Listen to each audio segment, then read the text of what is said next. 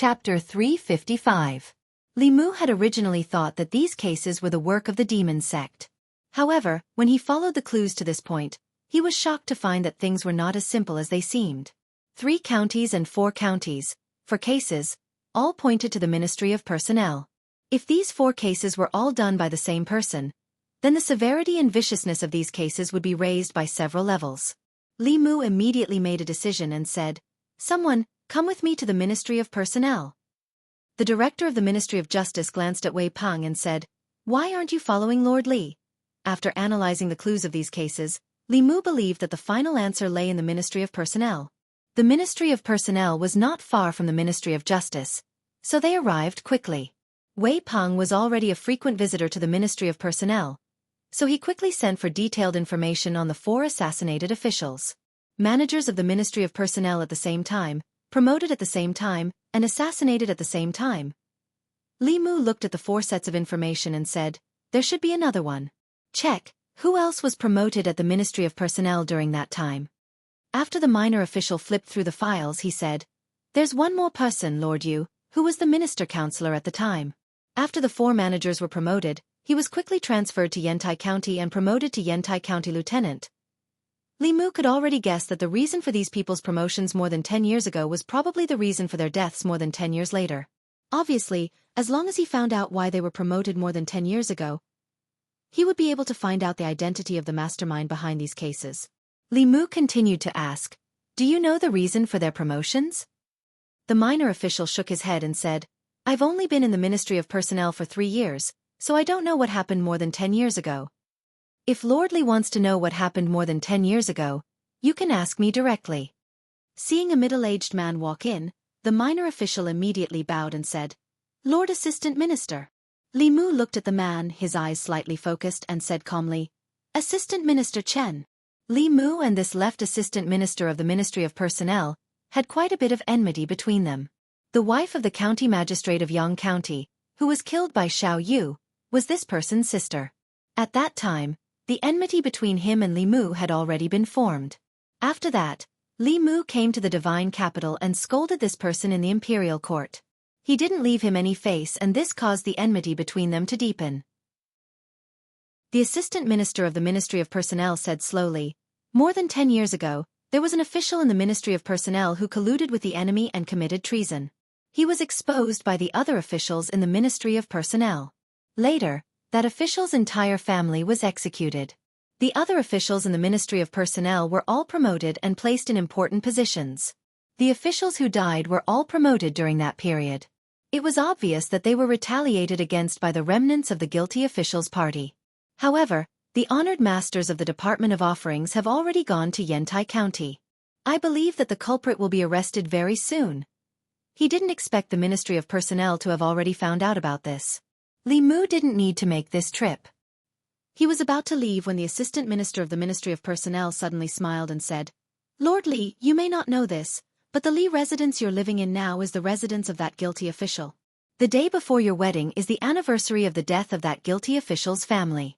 I wonder if you heard the screams of their ghosts on your wedding night." Before the assistant minister of the Ministry of Personnel finished speaking, his expression changed abruptly. A beam of golden light flew out of Li Mu's ear and shot toward him. The golden light was initially the size of a grain of rice, but it quickly turned into a giant bell. It crashed into him like a speeding carriage. White light flashed on the assistant minister of the Ministry of Personnel and instantly formed a shield. However, the protective barrier was like a piece of paper when it was struck by the enormous bell. It was directly shattered. The giant bell didn't slow down and crashed into the assistant minister of the Ministry of Personnel. Puff! He spat out a mouthful of blood and was sent flying.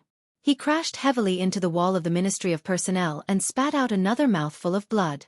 He fell to the ground and pointed at Li Mu. He said furiously, You dare!" The law bell floated above Li Mu's shoulder. Li Mu walked to the assistant minister of the Ministry of Personnel and said calmly, "Watch your mouth. If there's a next time, it won't just be a few broken ribs." He took one last look at the assistant minister of the Ministry of Personnel and turned to leave. Seeing this, the other officials of the Ministry of Personnel all returned to their duty rooms. They didn't dare to watch. Although beating up an official of the imperial court was punishable, The assistant minister had brought this upon himself. Anyone who had just gotten married wouldn't be in a good mood after hearing his words. If it were someone else, they might be in trouble. However, Lord Li was His Majesty's favorite official. If the assistant minister dared to make a big deal out of this, he would be the one to suffer in the end. The assistant minister of the Ministry of Personnel got up from the ground and fixed his ribs with a solemn expression. He patted the dust off his body and walked out of the Ministry of Personnel. He was just trying to show off. He didn't expect that Li Mu would dare to beat him up in the Ministry of Personnel. Under the Empress' favor, this person was lawless. However, he could only endure today's humiliation for the time being. With how much the Empress doted on Li Mu, it wouldn't do him any good if this matter reached the imperial court. He walked out of the Ministry of Personnel and quickly arrived at the Ministry of Justice. In the assistant minister's office, Zhou Zhong looked at his sorry state and asked, "Lord Chen, what happened?" The assistant minister of the Ministry of Personnel didn't speak. Instead he asked, "Are you sure no one from the Li family escaped?" Zhou Zhong glanced at him and said, "You should know better than me." The assistant minister of the Ministry of Personnel said, "I just remembered that he has a daughter. She wasn't in the divine capital at the time and couldn't be found. The 4 managers of the Ministry of Personnel back then all died in the past half a year. I'm afraid she's the one behind this." Zhou Zhong asked, "Are you afraid that she'll come after you for revenge?" "Aren't you afraid? Don't forget that you stood on our side in the end." The assistant minister of the Ministry of Personnel glanced at him and said, "However, she won't have the chance to come after us. The people from the Department of Worship have already set up an ambush in Yantai County.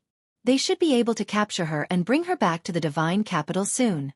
When that time comes, don't let her have the chance to say anything.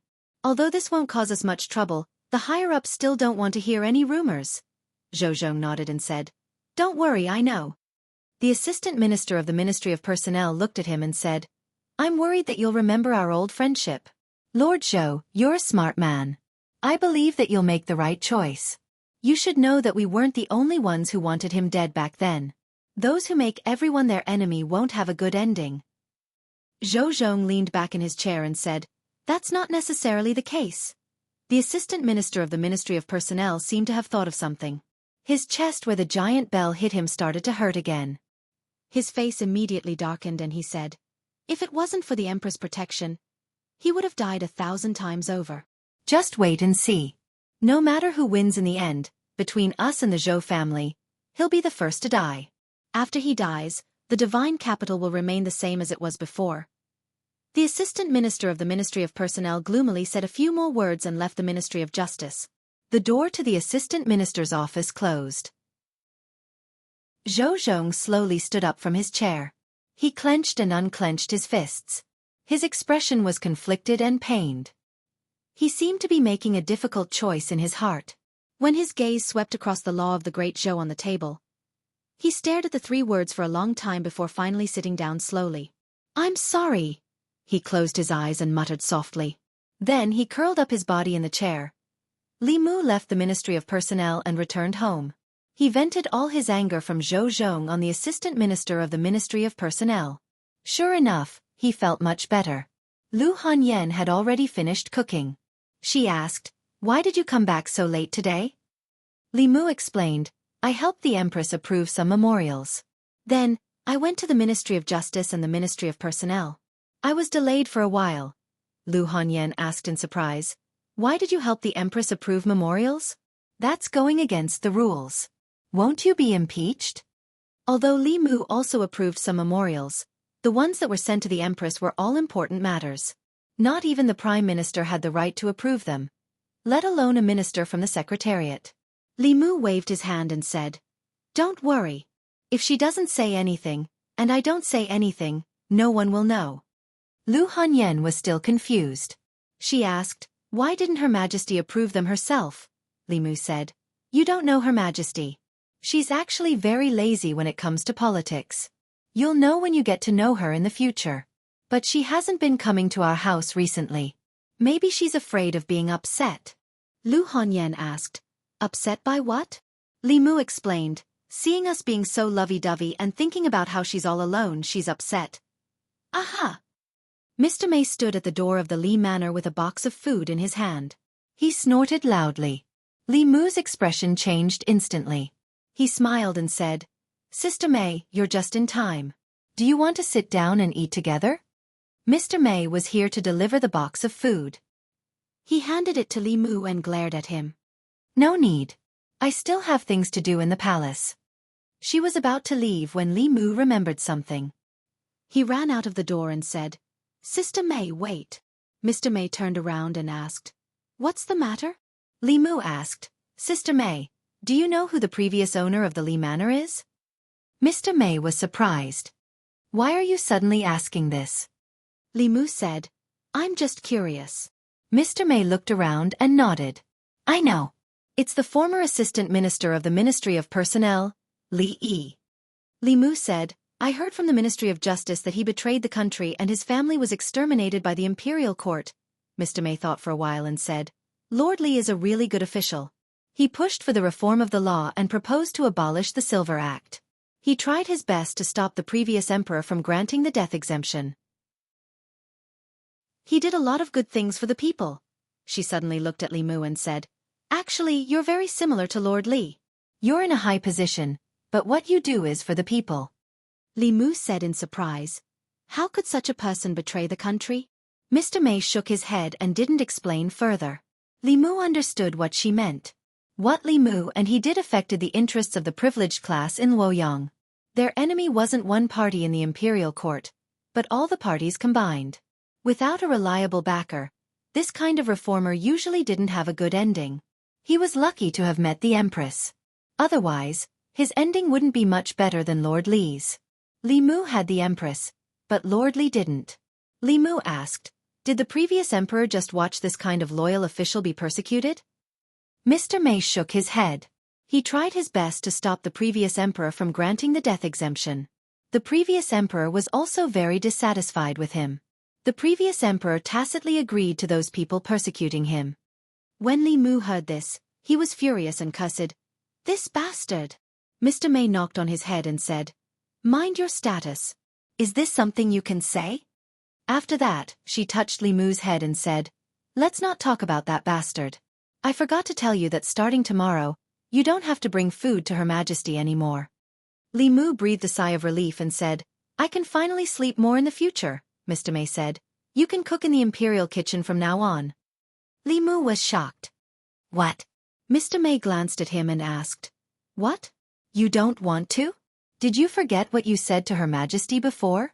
You're willing to go through fire and water for her. Now you don't want to cook a few dishes for her?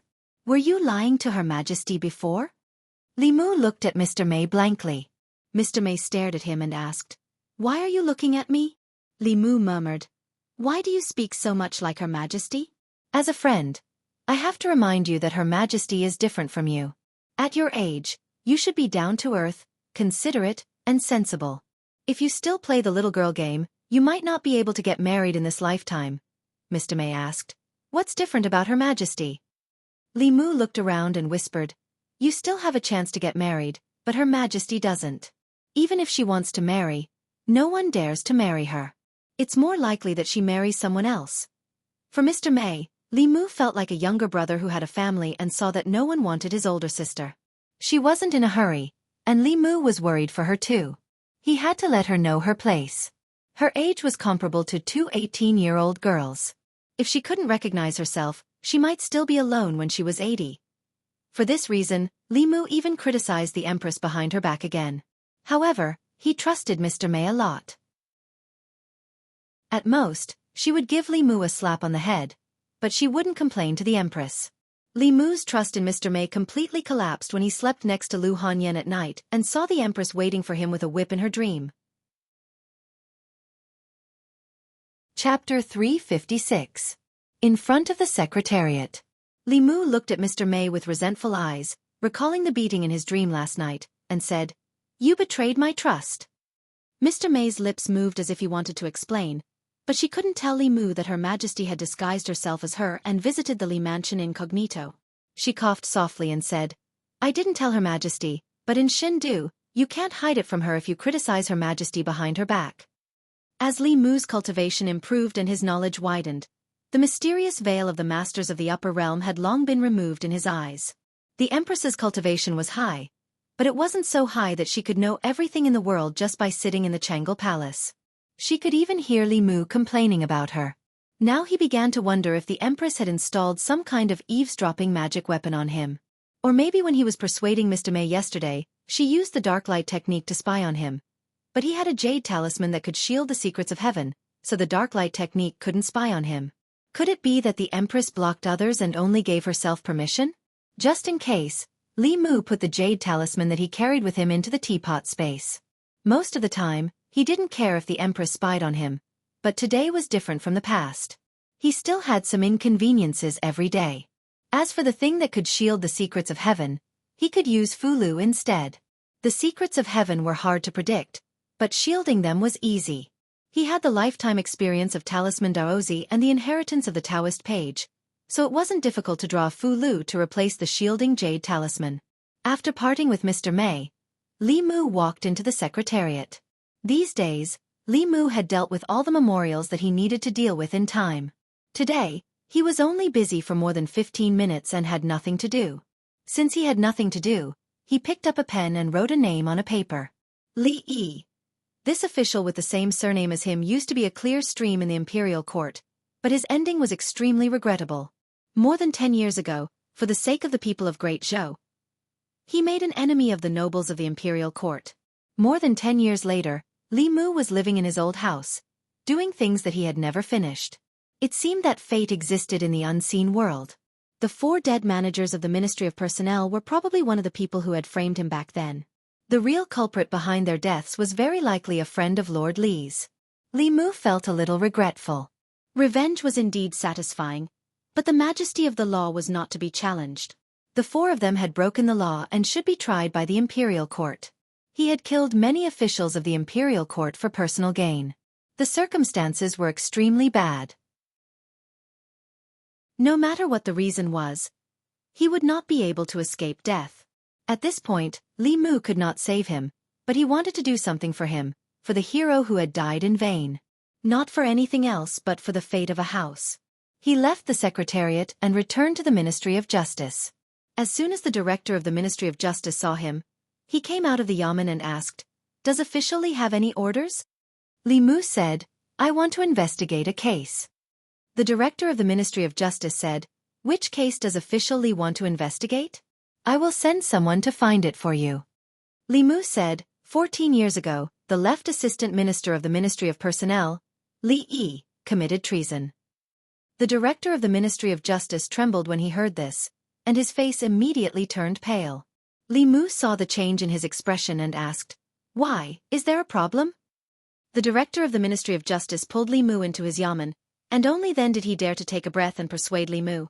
"Official Li, this time you must listen to my advice. This case cannot be touched, really cannot be touched." Li Mu asked, "Why not?" The director of the Ministry of Justice shook his head and said, "This case involves too many people. Moreover, it has been decided for more than 10 years. Official Li, why do you want to cause more trouble?" Li Mu looked at the director of the Ministry of Justice. When he wanted to investigate the academy, he thought that the director of the Ministry of Justice had not been so afraid. It seemed that this case was indeed unusual. Li Mu said, "You just need to bring the file over." The director of the Ministry of Justice still looked hesitant. This. Zhou Zhong walked in and said, "Since Official Li wants it, then give it to him." The director of the Ministry of Justice looked at Zhou Zhong and finally nodded, saying, "Yes." Zhou Zhong looked at Li Mu and asked, "This case has been over for more than 10 years. Why do you suddenly want to investigate it?" Li Mu looked directly at Zhou Zhong and asked in return, "Why don't you investigate it?" The former owner of the Li mansion was Zhou Zhong's friend. He had more reason than Li Mu to commit a crime for his friend. Zhou Zhong did not answer directly. His eyes stopped on Li Mu and said, "You are really very similar. Even the houses you live in are the same. I don't know if this is a sign from the heavens." Li Mu said, "You haven't answered my question." Zhou Zhong looked at Li Mu and said, "Don't bring up this case again. I'm doing this for your own good. You've done what many of us can't. Don't let the results of your previous efforts go down the drain." Li Mu shook his head and said, Next time, if you dare to speak rudely in front of the Li mansion, don't blame me for being ruthless. Considering that the former owner of the Li mansion was Zhou Zhong's old friend, Li Mu could forgive him for remembering his old friend on the day before Li Mu's wedding. After today, this reason would no longer exist. The director of the Ministry of Justice had already brought over a thick dossier. After Li Mu opened it, he skipped over the series of evidence at the front. In a battle in the imperial court, if one wanted to pin a crime on a person, it didn't depend on what he did, but where he stood. If you stood on the right side, then what was wrong was also right. If you stood on the wrong side, then what was right was also wrong.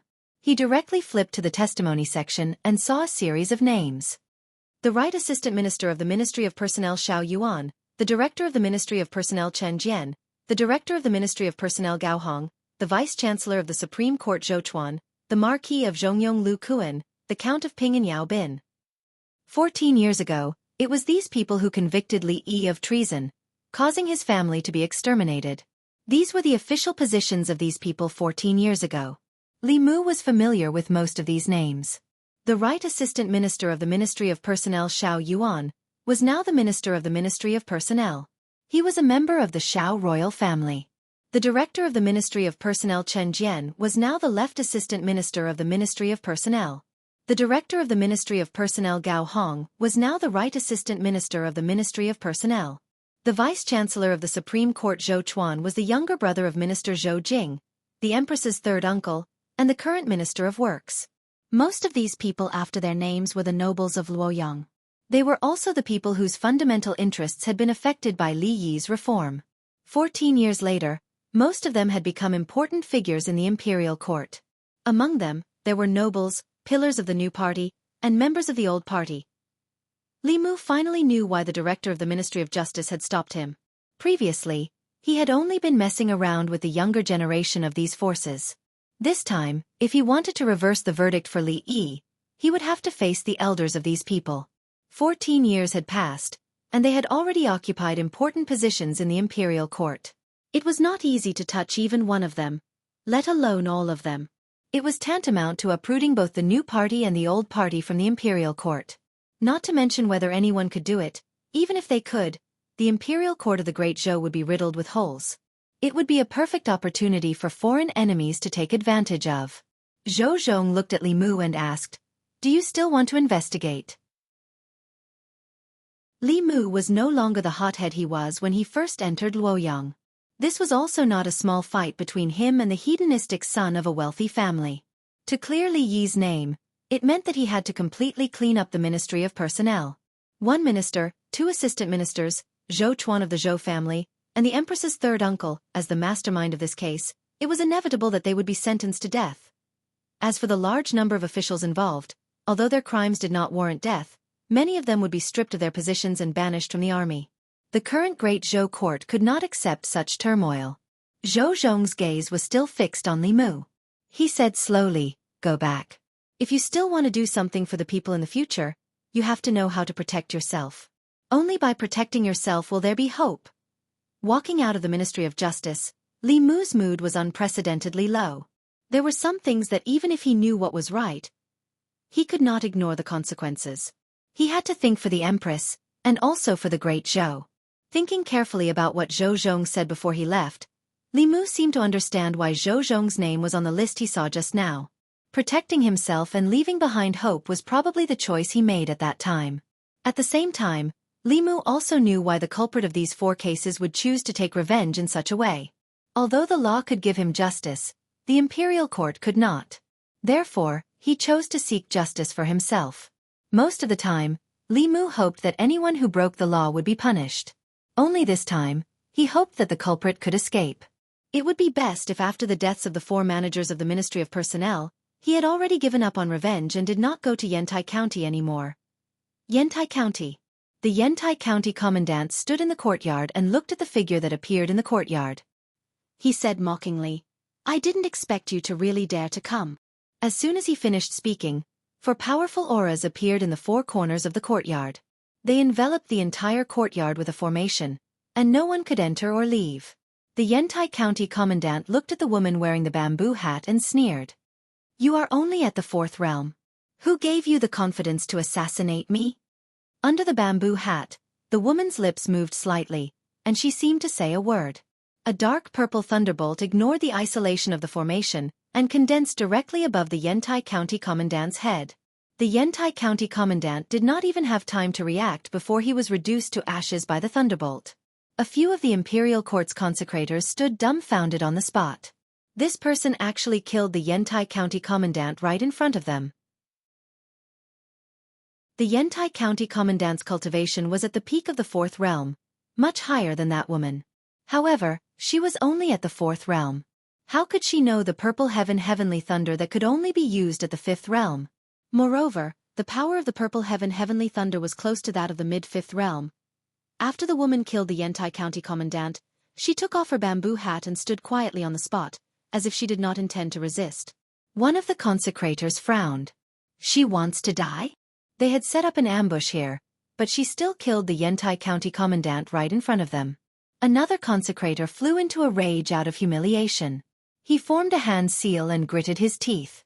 If you want to die, I'll fulfill your wish. Stop. A consecrator beside him stopped him and said, Our duty is only to capture her.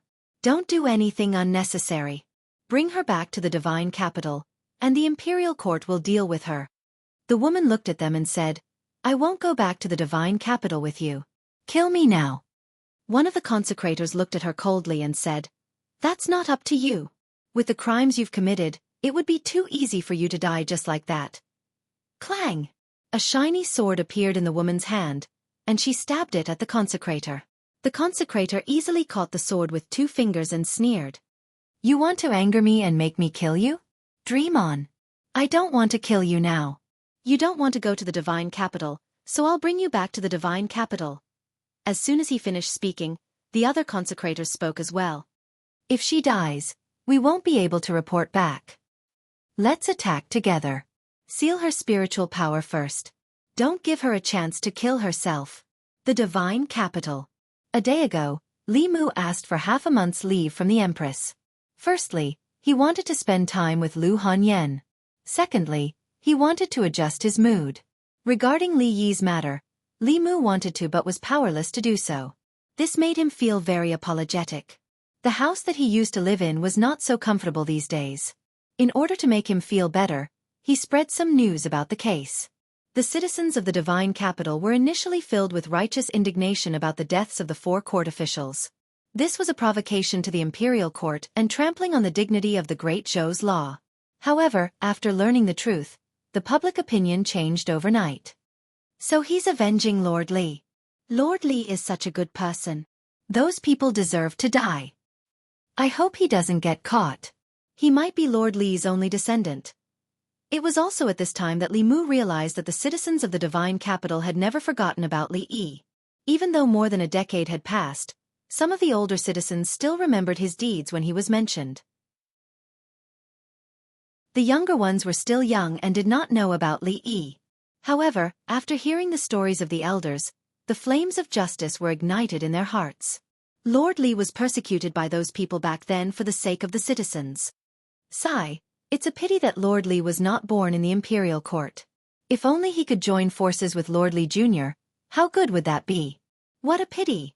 Walking hand in hand with Lu Hanyan on the streets, Li Mu could occasionally hear the citizens discussing the events of the past. He finally felt a little better, even though he had already been called Lord Li Jr. by the citizens. Lu Hanyan held Li Mu's hand and said with some regret, I remember that Lord Li's incident happened exactly a year after I was sold to the music workshop. Lord Li's entire family was wrongly murdered. The workshop owner was so angry that he didn't open the shop for 3 days and didn't allow us to play.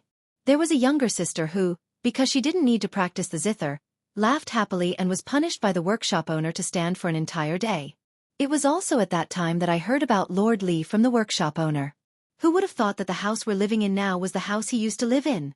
Li Mu sighed and said, The day before our wedding was the anniversary of his death.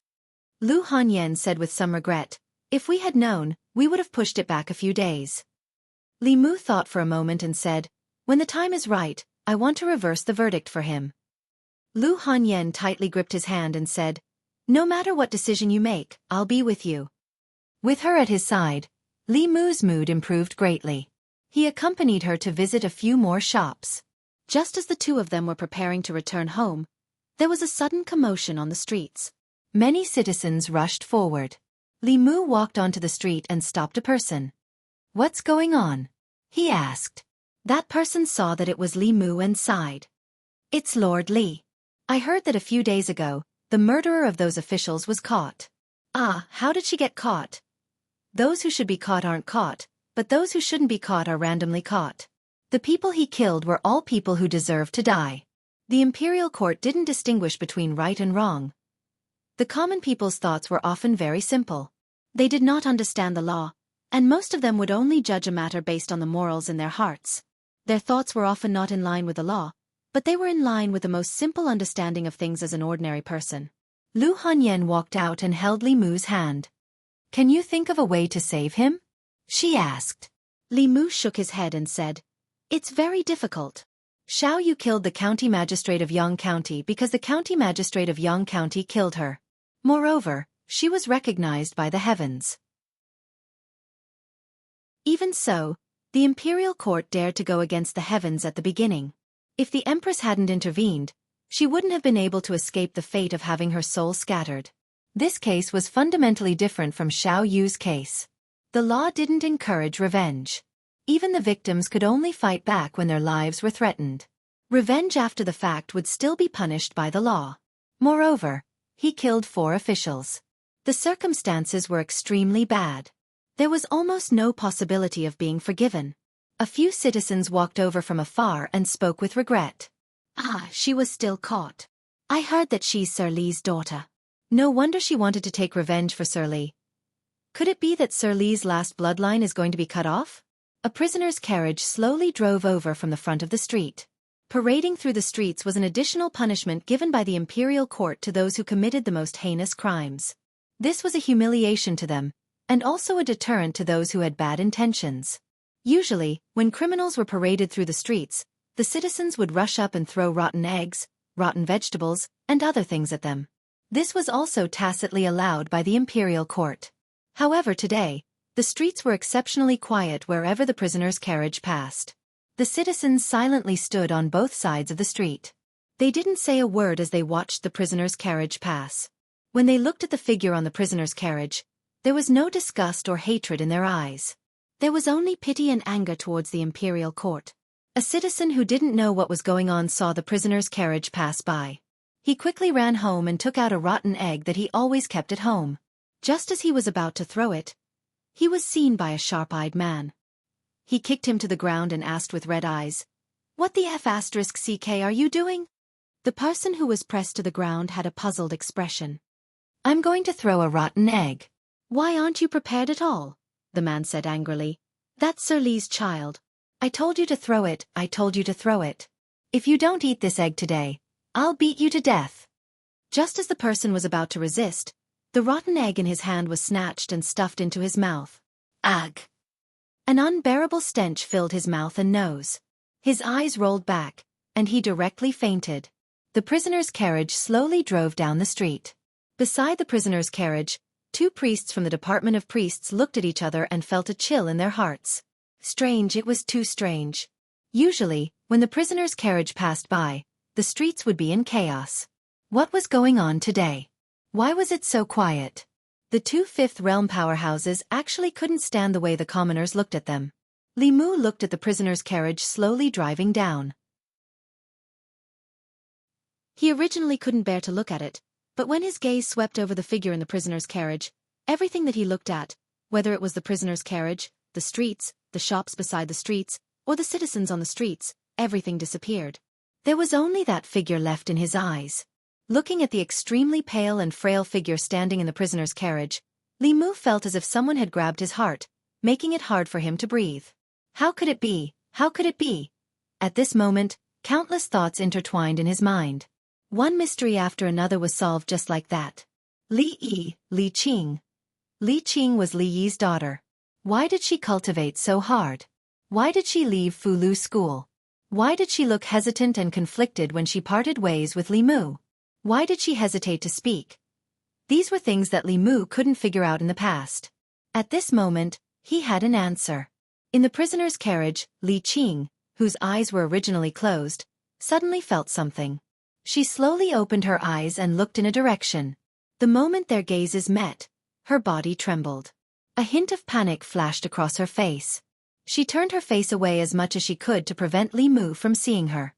Lu Hanyan looked at the figure in the prisoner's carriage in shock. She instinctively let go of Li Mu's hand. In the next moment, Li Mu grabbed her hand again. She turned to look at Li Mu. Her heart instantly calmed down. She gripped Li Mu's hand tightly and then slowly let go. She looked at Li Mu and said softly, "Go." Li Mu nodded. He looked at her and said, "Wait for me at home." After the prisoner's carriage entered the divine capital, it passed through a few streets and slowly drove to the entrance of the Ministry of Justice. The culprit who had assassinated 5 officials of the imperial court would be temporarily detained in the Ministry of Justice to await trial by the imperial court. Based on her vile actions, she would be sentenced to death if nothing went wrong. A moment later, in the prison of the Ministry of Justice, Zhou Zhong walked into the prison and said to a few people, "You guys go out first." All the prison guards had temporarily left. Zhou Zhong was the only one in front of the prison cell in the deepest part of the Ministry of Justice. Zhou Zhong stood at the door of the prison cell and looked at the woman in the cell. His tone was extremely complicated. He said slowly, "Why didn't you listen to me? Do you know that this is a capital offense? Even I can't save you." Li Qing looked at him and asked, "If I listened to you, would I be able to clear my father's name? Would I be able to avenge my father, mother, and the entire Li family?" Zhou Zhong shook his head and said, "You don't understand your father. He doesn't want you to avenge him. He only wants you to live well. I promised him that I would protect his bloodline. I also promised him that I would complete his unfinished business. He views this matter as more important than his life." He was silent for a long time. With his back facing Li Qing, he leaned weakly against the bars of the prison cell and said in a hoarse voice, "I'm sorry." A smile appeared on Li Qing's face as she said, "You didn't let anyone down. You have done enough for me." Zhou Zhong's lips moved. Just as he was about to speak, a furious voice suddenly came from outside the prison. "Zhou, what are you doing in there alone? Come out. I'll count to 3. If you don't come out, I'll smash the door. 1. Lord Li, calm down, calm down." Chapter 357. Li Mu counted 1, and the law bell grew louder as if it was about to strike. The door of the prison opened from the inside and Zhou Zhong walked out. He said in a low voice, "What do you want?" Li Mu said coldly, "You sent all the jailers away and stayed in there alone. I want to ask you, what do you want?" Zhou Zhong regained his composure and said lightly, "I am the Assistant Minister of the Ministry of Justice. Can't I ask about the case? Why do I have to send everyone away if I want to ask about the case? This is an important case. All unrelated people should leave. Is there a problem?" "You." Li Mu pointed at Zhou Zhong. He seemed to have thought of something and a light flashed in his mind. He said with a look of understanding, "It's you." Zhou Zhong asked calmly, "What do you mean, Lord Li?" Li Mu looked at him and asked, "You are Li Heir, right?" Zhou Zhong's eyes flashed with a trace of shock. He said calmly, "I don't know what Lord Li is talking about." Li Mu didn't know who Li Heir was before. After knowing that Li Qing was Li Yi's daughter, he didn't need to guess who Li Heir was. Zhou Zhong was Li Heir. Zhou Zhong was the one who won the Talisman Dao trial and sent Li Qing to the Fulu school. No wonder Li Mu had never seen the heaven-grade Fulu on his desk. Zhou Zhong himself was a rare Talisman Dao genius, but he never showed it. In this case, the Ministry of Justice didn't investigate the deaths of the Anyang County Magistrate and the Qianhe County Deputy because Zhou Zhong didn't forget about them. At that time, he knew that these 2 cases were done by Li Qing and deliberately suppressed them. The mysteries in Li Mu's heart were solved one by one. However, Zhou Zhong's heart was filled with confusion. Why did Li Mu come here? How did he know about his other identity? What was the relationship between him and Li Qing? Li Mu was so anxious that he didn't want to waste time talking nonsense with Zhou Zhong.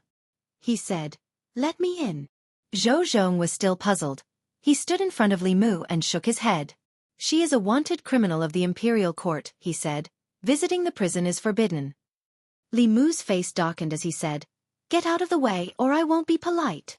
Zhou Zhong's expression was calm as he asked, How impolite are you, Lord Li? Li Mu looked at Zhou Zhong and said, You forced me to do this. He took out the spirit conch and sent a voice transmission, Your Majesty. A moment later, Li Mu handed the spirit snail to Zhou Zhong. After Zhou Zhong took it, he heard the voice coming from the spirit conch. He said respectfully to the spirit conch, Yes, I understand. I will do as you command. He returned the spirit snail to Li Mu and quietly stepped aside.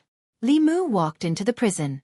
Zhou Zhong was about to follow him in when Li Mu turned around and said, Close the door. Don't let anyone in, including you. Zhou Zhong frowned and was about to speak when Li Mu took out the spirit conch again and asked, Do you want His Majesty to talk to you directly? Zhou Zhong didn't speak again. He closed the door and slowly walked to the assistant minister's office. He looked up and saw the door of the assistant minister's office was closed. Inside the assistant minister's office, Zhou Zhong extended his hand and flicked out a ray of white light. An image appeared in the air. It was the scene in the prison of the Ministry of Justice. However, as soon as the image appeared, it blurred and nothing could be seen. The heavenly mystery has been blocked. Zhou Zhong's face showed a hint of impatience. He anxiously paced around the office. At the same time, in the prison of the Ministry of Justice, Li Mu had already walked to the deepest part of the prison. The aura he was so familiar with was in the cell around the corner. Li Mu was only one step away from her. It had been a very, very long time since he had been so close to her. Li Mu stood around the corner for a while before slowly taking that step. In the cell, Li Qing bent her knees and leaned against the wall. She raised her head and looked at the door of the cell. A faint smile appeared on her lips and she said, I thought I wouldn't have the chance to personally congratulate you.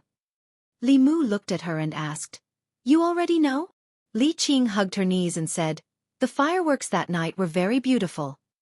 Li Mu thought of the inexplicable throbbing in his heart that day. He said, Sorry, I didn't know the Li estate was your previous home. If he knew the Li estate was her previous home and that the day before their wedding was the anniversary of her family's death, Li Mu would have asked the Empress for a new estate and chosen a new date to hold the wedding. He simply couldn't imagine how Li Qing felt that night. Li Qing shook her head and said, It doesn't matter. I heard from the people of Luoyang that you did a lot of good things for the people. I'm very happy that you can live in the Li estate. If father knew, he would be happy too. Li Mu took out a piece of fulu and walked through the cell door. He sat down next to Li Qing. Li Qing tilted her head and looked at him. Promise me one thing. Li Mu said decisively. No. Li Qing said, I'm your boss. Li Mu said, You used to be. Don't meddle in my business. I'm not meddling in your business. I'm just doing what I should do. Sir Li is devoted to the people. I admire him, respect him, and see him as my role model. What's wrong with me trying to redress the injustice for my role model? Li Mu looked at her pale face and said, Open your mouth. Li Qing turned her head and said, Leave. Don't come back. Li Mu pinched her chin and put a pill into her mouth. Her mana was sealed. Li Mu couldn't undo the seal for the time being. He could only use the pill bestowed by the Empress to heal her. Li Qing's lips moved. Li Mu said first, You know me. Once I've decided on something, no one can change it. Even if the Heavenly Emperor came, I would still meddle in this matter. Li Qing turned her head. There was a trace of sobbing in her voice. Who am I to you? What right do you have to meddle in my affairs? You are my boss. Li Mu looked at her and said, Before, it was you who protected me. Now, it is my turn to protect you. Li Qing grabbed Li Mu's hand tightly. You can't win against them. Father can't win against them. You can't win against them either. Plus, I can't turn back anymore. Li Mu held her hand and said, Trust me. I will think of a way to get you out first. Li Qing shook her head and said, You have already made many enemies in the divine capital. This will become evidence and evidence for them to attack you. Li Mu said, I will have the Fulu school step in. Li Qing said sadly, I am no longer a disciple of the Fulu school. Li Mu extended his hand. There was a flash of white light in his palm. A talisman appeared in his hand. He placed the talisman in Li Qing's hand and said, "Now you are again." Li Qing held the talisman and looked at him. Li Mu smiled and said, "I won it in passing when I participated in the Talisman Dao trial. I thought you would need it in the future. I just didn't expect it to be so soon. Sir Li, it's time." Zhou Zhong's voice came from outside. Li Mu stood up and took a deep breath. He looked at Li Qing and said, "Recover well. Don't worry about anything else. I will take care of everything." He walked out of the cell and looked deeply at Li Qing. Then he strode out of the prison. Zhou Zhong stood outside the prison. He looked at Li Mu and asked, "You know her?" Li Mu did not answer. He said, "What do you plan to do?" Zhou Zhong was silent for a moment and said, "Assassinate 5 court officials. According to the law." "Don't have ** King talk to me about the law. Is there any law in the divine capital?" Li Mu had nowhere to vent his anger. He gritted his teeth and said, "If the nobles break the law, they will pay with their gold medallions. If the officials die unjustly, they will have no way to redress their grievances. Tell me, what is the law? What is * King, law?" Zhou Zhong said in a low voice, "Don't forget that you are an official of the Great Zhou. Don't break the law. Don't forget how many people are waiting for you to make a mistake. If you take a wrong step, you will lose everything you have." Li Mu looked at him and said calmly, "I don't care." Zhou Zhong met his gaze and asked, "What do you care?" Li Mu did not answer. A figure strode in from the entrance of the Ministry of Justice.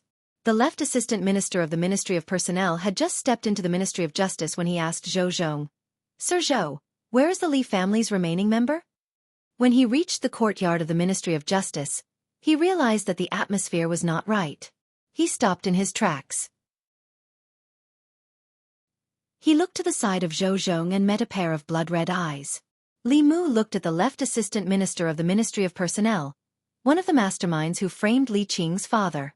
He finally found an outlet to vent his anger. With a thought, a Fu-Lu appeared out of thin air. A faint light flashed on the Fu-Lu, and the runes merged into Li Mu's body. A layer of golden armor appeared on his body. Even his fists were covered in golden light. The left assistant minister of the Ministry of Personnel realized that something was wrong. His expression changed as he shouted, "Li Mu, what are you doing?" Li Mu's entire body was covered in armor. He gritted his teeth and said, "Chen, I've tolerated you for a long time." As soon as he finished speaking, his body turned into a blur as he flew toward the left assistant minister of the Ministry of Personnel. The left assistant minister of the Ministry of Personnel hurriedly blocked and said in anger, "Li Mu, are you crazy?" "I am crazy, but it's all your fault. The humiliation you gave me that day caused me to develop an inner demon. What enmity do you have with me? How dare you frame me like this? I can't take this lying down. Today, I'll pay you back double for the humiliation you gave me that day." The left assistant minister of the Ministry of Personnel was shocked.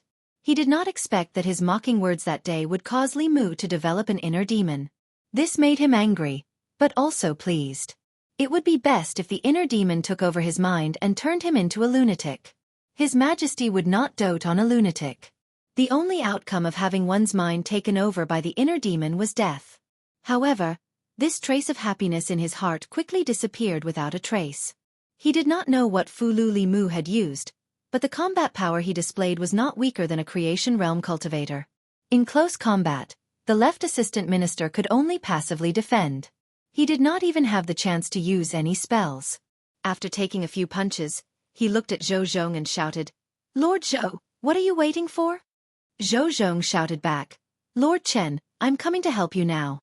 With that, he flew up but was kicked away by Li Mu. His body flew into a yamen and did not appear again.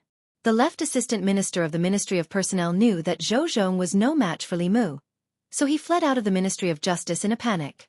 He did not believe that Li Mu would dare to attack him in front of so many people in the divine capital.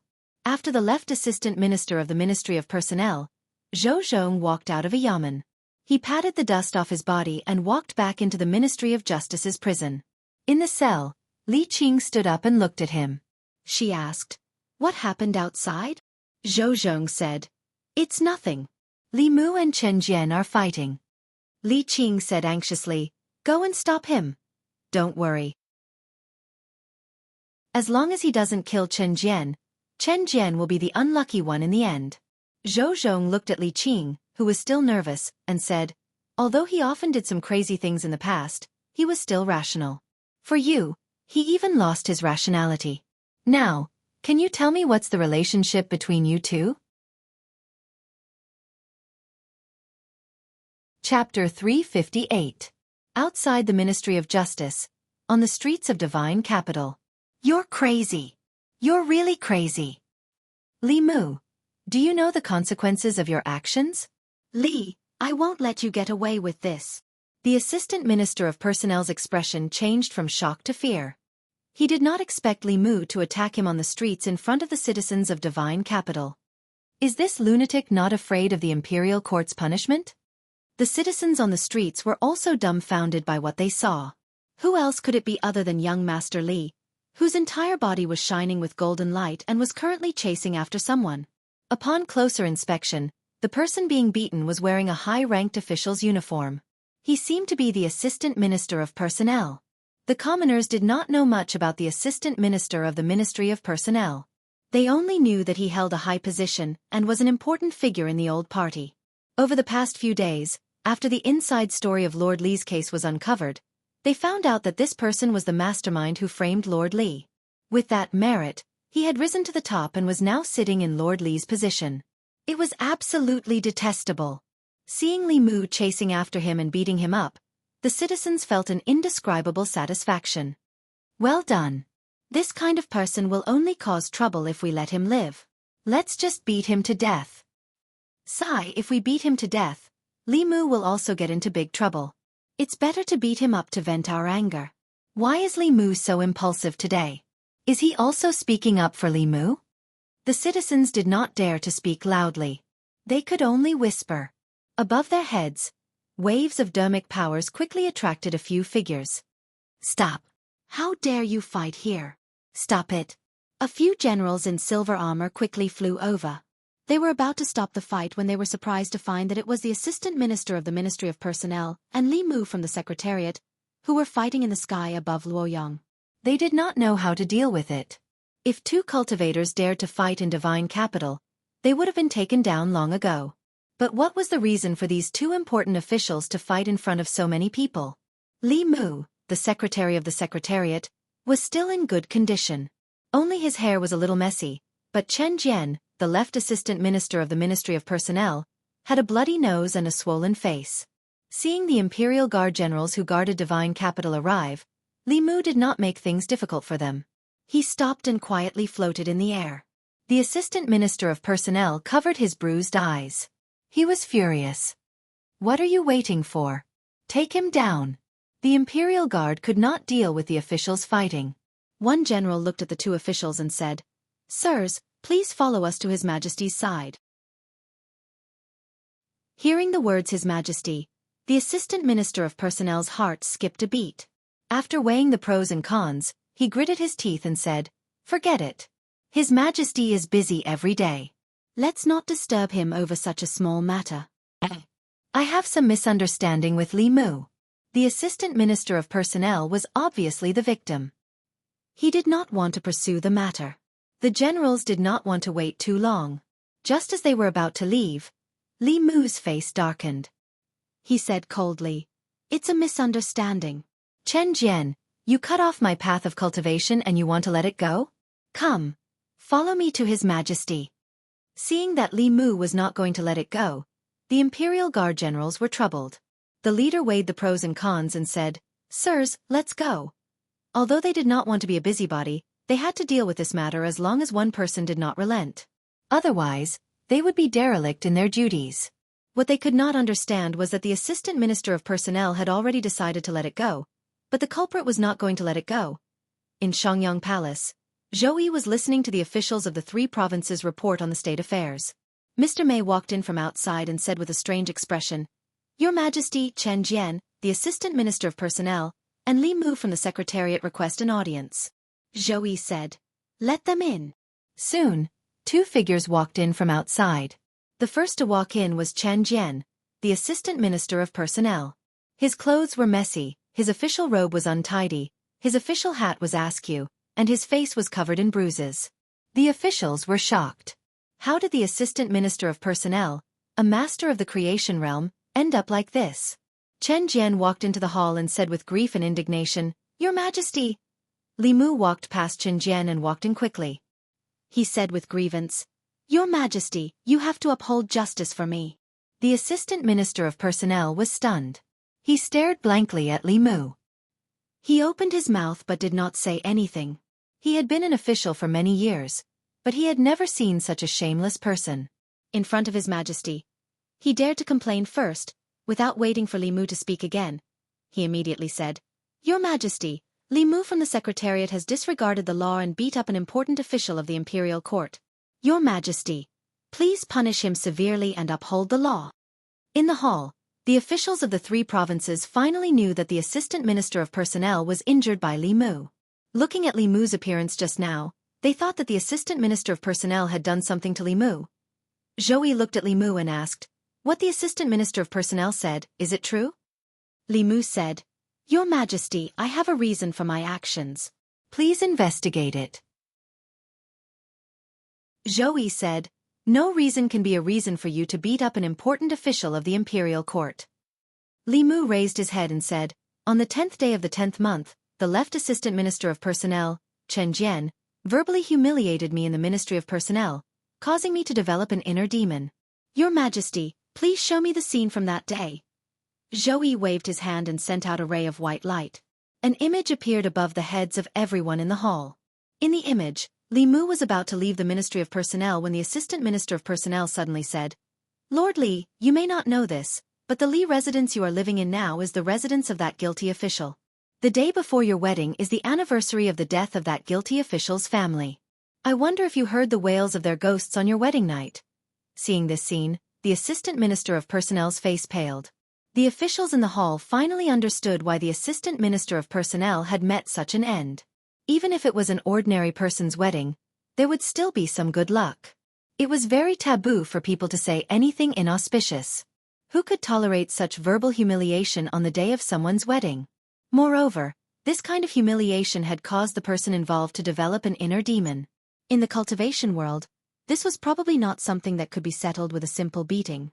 Ruining the path of cultivation was a great enmity that would not rest until one of them was dead. Zhou looked at the Assistant Minister of Personnel and asked, "Do you have anything else to say?"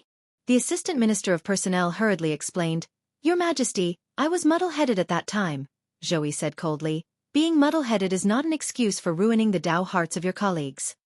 The Assistant Minister of Personnel hurriedly knelt and said in a trembling voice, "Your Majesty, please forgive me." Zhou said indifferently, "Assistant Minister of Personnel, Chen Jian, humiliated a colleague. The consequences are serious. His moral conduct is lacking. He will be suspended from his duties for a month and his salary will be deducted for half a year." The ministers in the hall glanced at the Assistant Minister of Personnel and sighed in their hearts. Chen Jian really had no foresight. Li Mu was the favored minister of the Empress. Chen Jian dared to drag Li Mu to meet the Empress when he knew that he was in the wrong. Wasn't he walking right into a trap? The officials of the 3 provinces still had to report to the political leaders. After the Empress concluded the case of Li Mu and Chen Jian, the 2 of them walked out of Shangyang Palace. Today's humiliation will be avenged in the future. Chen Jian took one last look at Li Mu, covered his face with his sleeves, and left in a hurry. Li Mu walked slowly in the palace, but his thoughts were running fast. He and Li Yi shared the same residence. According to his original plan, he would take the long view and plan step by step. When the time was right, he would overturn the case for Li Yi and clear his name. This way, he could minimize the impact on the situation in the Imperial Court and would not cause too much trouble for the Empress. As for the person who caused these cases, he could only try his best to save his life. Even if he did not succeed in the end, he had already done what he should have done. Regarding this matter, he did not ask for anything other than peace of mind. This was the most rational thing to do. However, when he saw the figure in the prisoner carriage, he threw all rationality and plans to the back of his mind. The first thing he needed to do now was to get Li Qing out of the Ministry of Justice. Although Zhou Zhong was in the Ministry of Justice, Zhou Zhong happened to be the person Li Mu did not trust the most. Li Mu knew very well that Zhou Zhong had actually given up on her just now. In Zhou Zhong's heart, there was something that he thought was more noble. After thinking for a while, the only person Li Mu could trust at the moment was Zhang Chun. The power of the Zongjing Temple had been further expanded recently. The cases that the Ministry of Justice and the Supreme Court could handle were handled by the Zongjing Temple. The cases that the Ministry of Justice and the Supreme Court could not handle were handled by the Zongjing Temple. Li Mu first returned to the Secretariat and drafted an official document with the identity of the Secretariat's secretary. After that, he asked Mr. Mei to ask the Empress to temporarily interrupt the debriefing of the officials of the 3 provinces and put the Empress's seal on the document. After that, he went to the Zongjing Temple and handed the document to Zhang Chun, asking him to transfer Li Qing from the Ministry of Justice to the Zongjing Temple. Although the Ministry of Justice and the Zongjing Temple were controlled by the old party, at least Zhang Chun was in the Zongjing Temple. In the Ministry of Justice, Zhou Zhong received the document and said to the director of the Ministry of Justice, "Open the prison." Soon, a carriage drove out of the Ministry of Justice and slowly into the palace, heading in the direction of the Zongjing Temple. The Zongjing Temple mostly dealt with the important officials of the imperial court and the royal family's disciples. In consideration of their dignity, they did not want the people to throw vegetables and eggs at them when they were escorting important people through the streets. The prisoner carriage of the Zongjing Temple was a modified carriage, sealed and hidden. In the Zongjing Temple, Prince Shou was lying in the courtyard of the Zongjing Temple, basking in the sun. When he saw the carriage enter the Zongjing Temple, he asked, "Who committed the crime this time?" Minister Feng, who was squatting beside him and fanning him, said, "It's Li Yi's daughter. It's said that she killed 5 officials outside and was brought back to Fairy's capital by the Office of Worship. She's waiting for trial." Li Yi. Prince Shou narrowed his eyes, as if he was lost in his memories. Minister Feng said, "It's that Li Yi who caused a huge ruckus in Fairy's capital more than 10 years ago. Later, his entire family was executed. I didn't expect that there would be one left out. Li Yi from more than 10 years ago, and now Li Mu. Why is this surnamed Li not to be trifled with?" As he spoke, he thought of something and said to Prince Shou, "Your Highness, you have to take care of that Zhang Chun. I don't know what he's thinking, but he arranged for Li Yi's daughter's cell to be the same as the wedding room. Not only did he choose the largest and most spacious cell, he even arranged for people to clean it inside and out. He changed the big bed, brand new bedding, and even a mirror and dressing table. He even locked all the prisoners around that cell elsewhere and hung curtains around the cell. How is this a prison at the Zongjing Temple? She's clearly a young mistress. I just want to bask in the sun. Why do you have so much nonsense to say?" Prince Shou glared at him and said, "Are you very free? If you have nothing to do, go wash all the toilets. Don't bother me here." Minister Feng was stunned and said, "Your Highness," Prince Shou said angrily, "go." In the Zongjing Temple's outhouse, Minister Feng was washing the toilets gloomily. In the courtyard, Prince Shou was lying on a rocking chair with his hands behind his head. He sighed and said, "What a pity. Why are young people so impulsive?" In the Zongjing Temple's prison, Zhang Chun stood outside the cell and shook his head. "I didn't expect Constable Li to be Lord Li Yi's daughter. Back then I also admired him very much." Li Mu looked at Zhang Chun and said, "I'll leave the boss to you." Zhang Chun said, "Don't worry. As long as she's in the Zongjing Temple, no one will dare to touch her." He looked at Li Mu and asked, "What do you plan to do?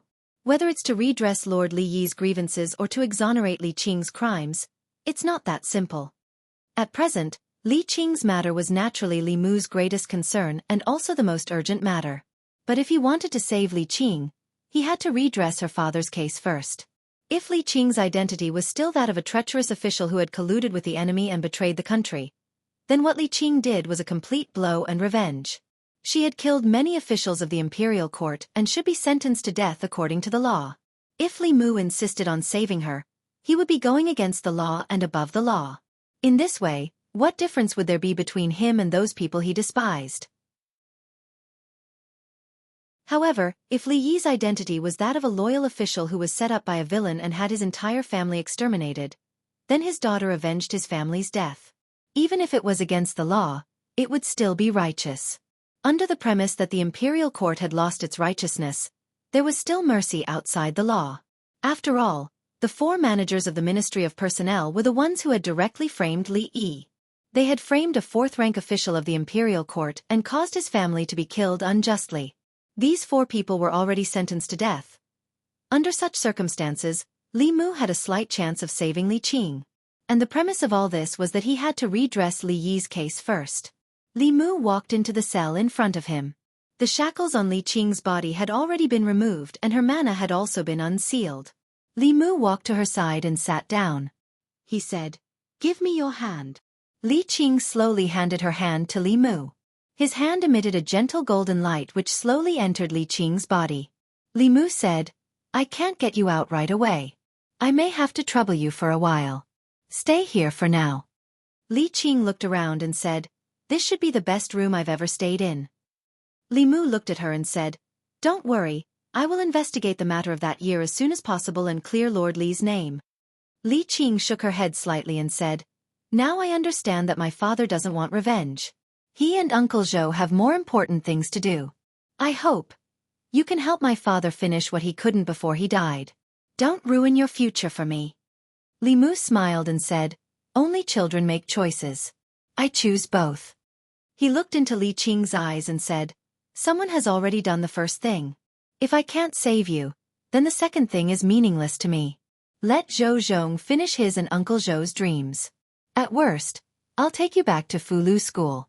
We don't want to stay in Fairy's capital anymore." As Li Mu finished speaking, he heard Mr. May's voice. He turned around and saw the Empress and Mr. May standing at the door. The Empress looked at him indifferently and turned to leave. Seeing Mr. May winking at him, Li Mu looked at Li Qing and said, "I'll go out for a while." After comforting Li Qing, Li Mu hurried out of Zongjing Temple, but he couldn't see the Empress anymore. He jogged to the entrance of Changel Palace.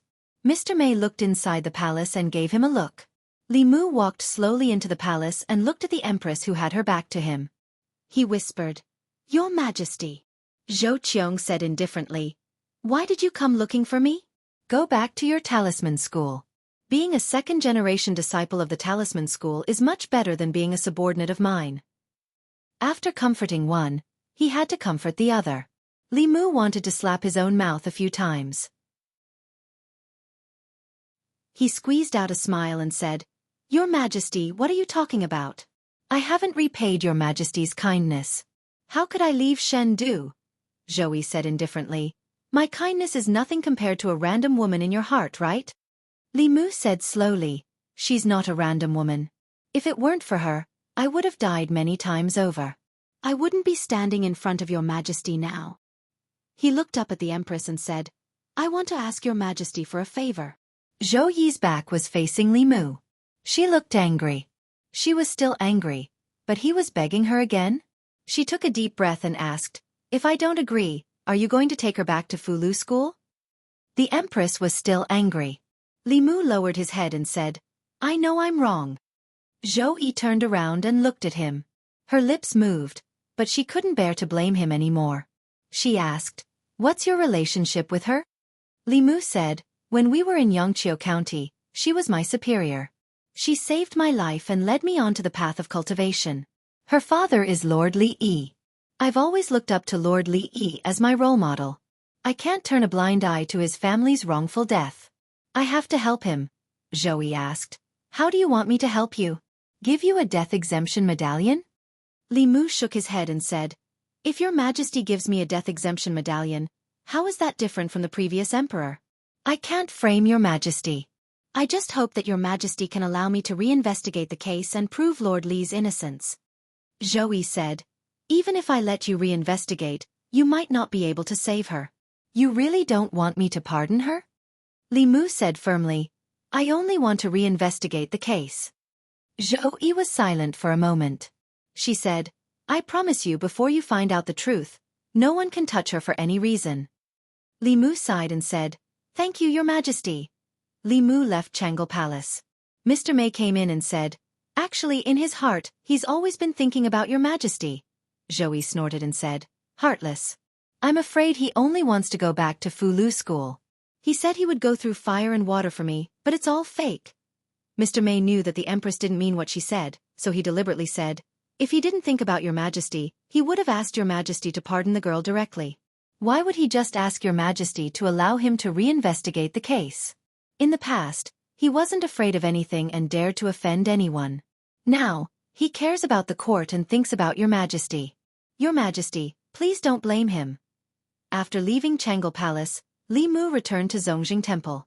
He told Li Qing that the Empress had agreed to let him reinvestigate the case of the past. After feeling his determination several times, Li Qing didn't insist. She just said, "You have to be careful." Li Mu smiled and said, "Don't worry. I've already offended them anyway. It doesn't matter if I offend them a few more times. You rest well. I'll come see you tomorrow." He walked out of the cell, but his heart was still heavy. To save Li Qing was actually more difficult than to reverse the verdict for his father. At one point, he really wanted to ask the Empress for a death-free gold medallion. He also knew that as long as he asked, the Empress would give it to him. But he gave up in the end. He didn't want to put the Empress in a difficult position, and he didn't want to become the person he used to hate the most. There was also a very important point. Back then, Li Yi strongly opposed the death-free gold medallion. This was also one of the reasons why he was framed. If Li Mu begged the Empress to use the death-free gold medallion to pardon Li Qing, then the thing that Li Yi swore to fight against back then would become a joke. Similarly, what Li Mu did in the divine capital during this period of time would also become a joke. Big. Small. Again. In the courtyard of Zongjing Temple, Prince Shou was playing dice with Zhang Chun. He glanced at Li Mu and asked, "Little Li, do you want to play together?" Li Qing was still in Zongjing Temple. Li Mu couldn't not give face to Prince Shou. He walked to the side of the two and asked, "What do you want to play?" Prince Shou said, "Guess big or small. It's very simple. Do you have money? 1 round is 1 tael. No credit." Li Mu took out a stack of banknotes and placed it at the side. Prince Shou's eyes lit up when he saw the banknotes. He said, Come. Let's bet." Prince Shou's dice and dice pot seemed to be able to block magic power. Li Mu could only guess blindly. However, his luck wasn't bad. Prince Shou lost 10 rounds in a row. He had lost all the money he had. His eyes were red from losing. He picked up the dice pot and said, "Let's bet again."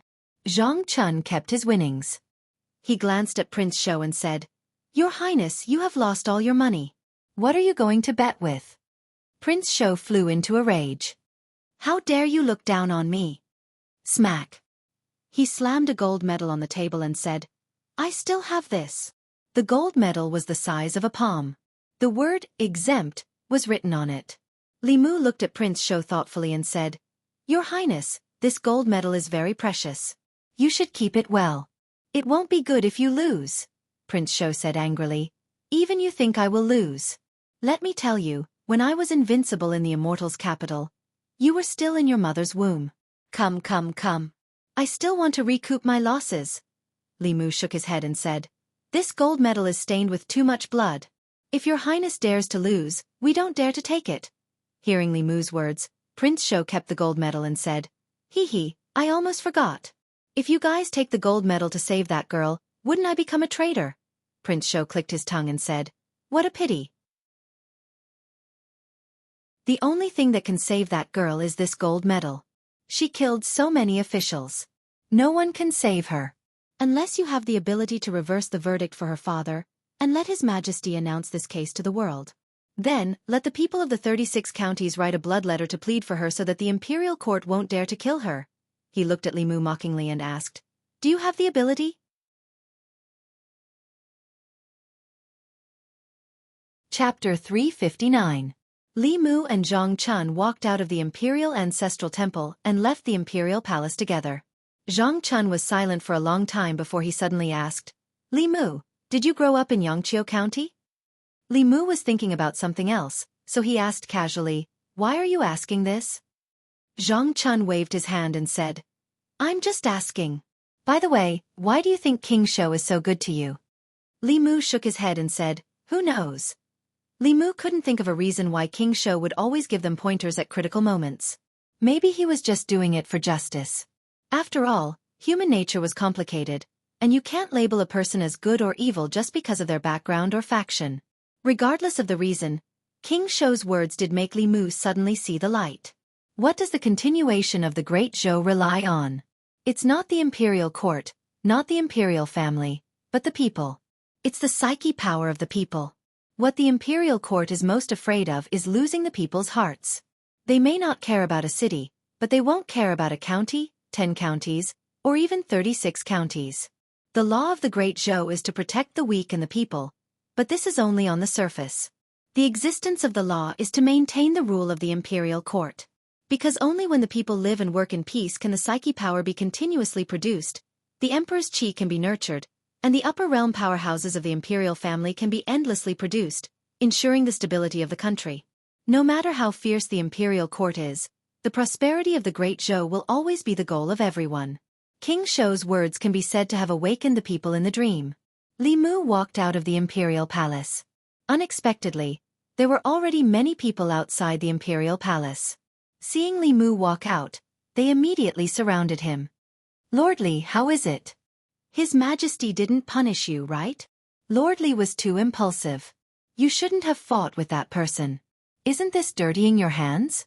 Feeling the concern of the people, Li Mu smiled and said, "Everyone, don't worry. His Majesty is a righteous person. How could he punish me?" A man breathed a sigh of relief and said with a smile, "That's good, that's good. Lord Li is worthy of being His Majesty's favorite minister. If I knew this would happen, I would have hit him harder. Break his legs. This kind of treacherous person, it's not too much. Lord Li's family, he will die a horrible death." Among the crowd, the Lord Li Mu, Lord Li, is Lord Li Yi, Lord Li was Li is? The crowd also looked at Li Mu. With a profound look in his eyes, Li Mu said, "Official Li Yi is the role model of our generation." "I know. Lord is brave. Lord Li died. S. Li Li's house. Even now we still can't take it lying down." The crowd was filled with righteous indignation as they spoke one after another. At this moment, the man bit his lip and suddenly looked at Li Mu. He said, "My lord, can you save Lord Li's daughter? She's Lord Li's only child left in this world." "Stop talking." The middle-aged man glared at him and said in a deep voice, "Do you want to kill, sir?" Sighs could be heard from the crowd. Yes, Lord Li was the enemy of all the nobles back then. Now, those people are in high positions. Lord Li, it's best not to provoke them. Forget it. Lord Li, you can go ahead. You can't follow in Lord Li's footsteps. The man's eyes were filled with tears. He choked and said, "If it wasn't for Lord Li, my family would have died in Fairy's capital. I can't watch Lord Li die." His voice was mournful. The people around Li Mu lowered their heads. Their eyes were filled with suppressed anger. Lord Li had served the people wholeheartedly, but his family was ruined and his descendants were about to die. On the other hand, those who had framed him had become heroes, enjoying endless glory and wealth, riding on the heads of the common people and abusing them. They could do nothing about it except feel indignant. A man of 7 feet could not help but sob in front of everyone on the streets of Fairy's capital. No one laughed. Everyone's mood was very heavy. The man lowered his head. As he sobbed and trembled, a pair of hands landed gently on his shoulders. Li Mu patted him on the shoulder and said, "Don't worry. Lord Li won't die. He won't be wronged forever." The man raised his head and said in shock, "Lord Li! Lord Li! Lord Li!" The people looked at Li Mu. They seemed to have realized something. Their eyes were filled with excitement. Li residence. When Li Mu walked through the door, Hyun Jinko and Yuzhen Zi in the courtyard sensed something strange. Hyun Jinko turned to look. The moment Li Mu stepped into the courtyard, he felt as if the world was pressing down on him. This was a force.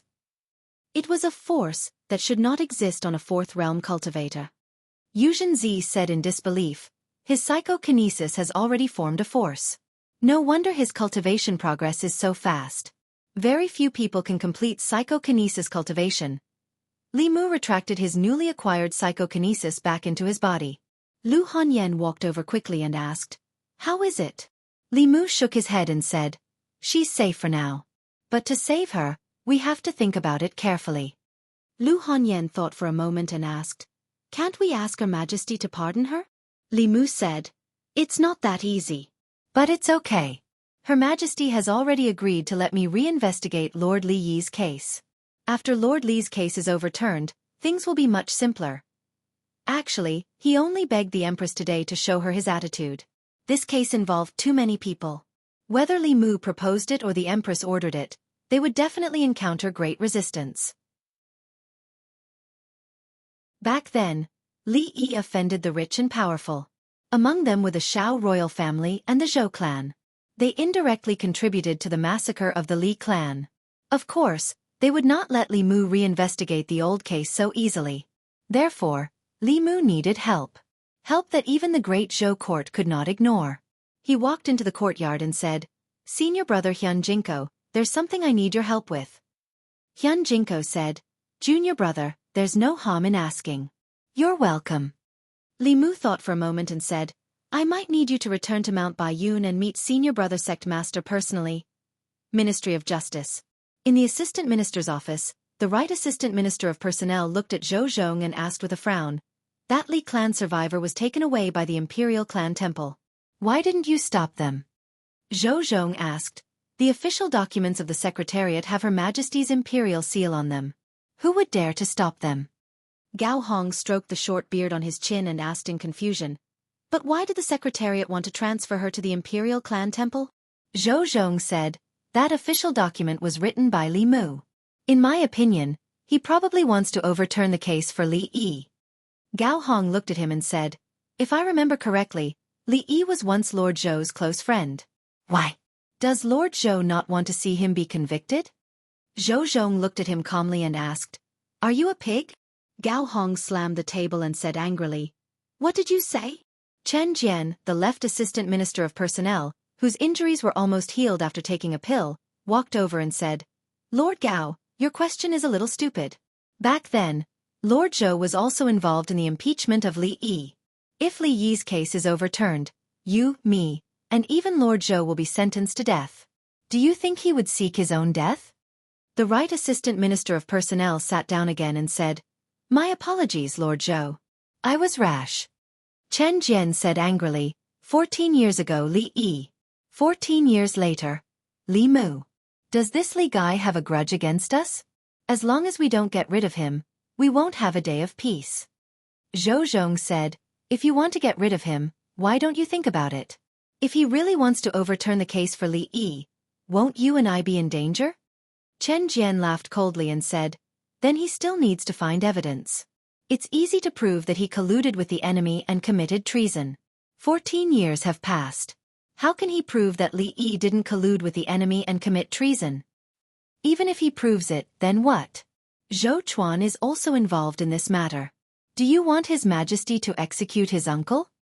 Even if His Majesty dotes on Li Mu and doesn't recognize his own family, how can the courtiers agree to it? If this case isn't investigated, the Imperial Court will still be the Imperial Court.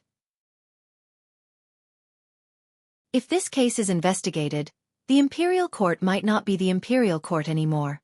When that time comes, the Imperial Court will be in chaos. The 10 Devil Path sects, the country of 10,000 demons, and the ghost region of Yudu will all become restless. His Majesty might not be able to see these things clearly, but do you think those old fogies in the Imperial Court won't be able to see it clearly? Zhou Zhong nodded and said, "After hearing Lord Chen's words, I feel much more at ease." Chen Jian said proudly, "Lord Zhou might be better at solving cases than I am, but you still have to learn from me when it comes to matters of the Imperial Court." Changle Palace. There was no morning assembly today. Zhou Yi read a few memorials and felt a little annoyed. He asked, "Where's Li Mu? Did he go to the Minister Province today?" Mr. May said, "I saw him go directly to the Imperial Kitchen just now." Zhou Yi thought about it and said, "Go to the Minister Province later and see if there are any new tributes. Send some to him." Mr. May smiled and said, "Yes." She was about to leave when Shangguanli walked in from outside. Zhou Yi said, "Ali, go to the Imperial Kitchen and see what Li Mu cooked today." Shangguanli said, "When I passed by the Imperial Kitchen just now, I saw Li Mu come out from there." Zhou Yi asked, "You didn't come with him?" Shangguanli shook his head and said, "He went in the direction of the Imperial Clan Temple." Zhou Yi was stunned for a moment. The next moment, he looked at the door of the hall and said, Mei Wei, come back.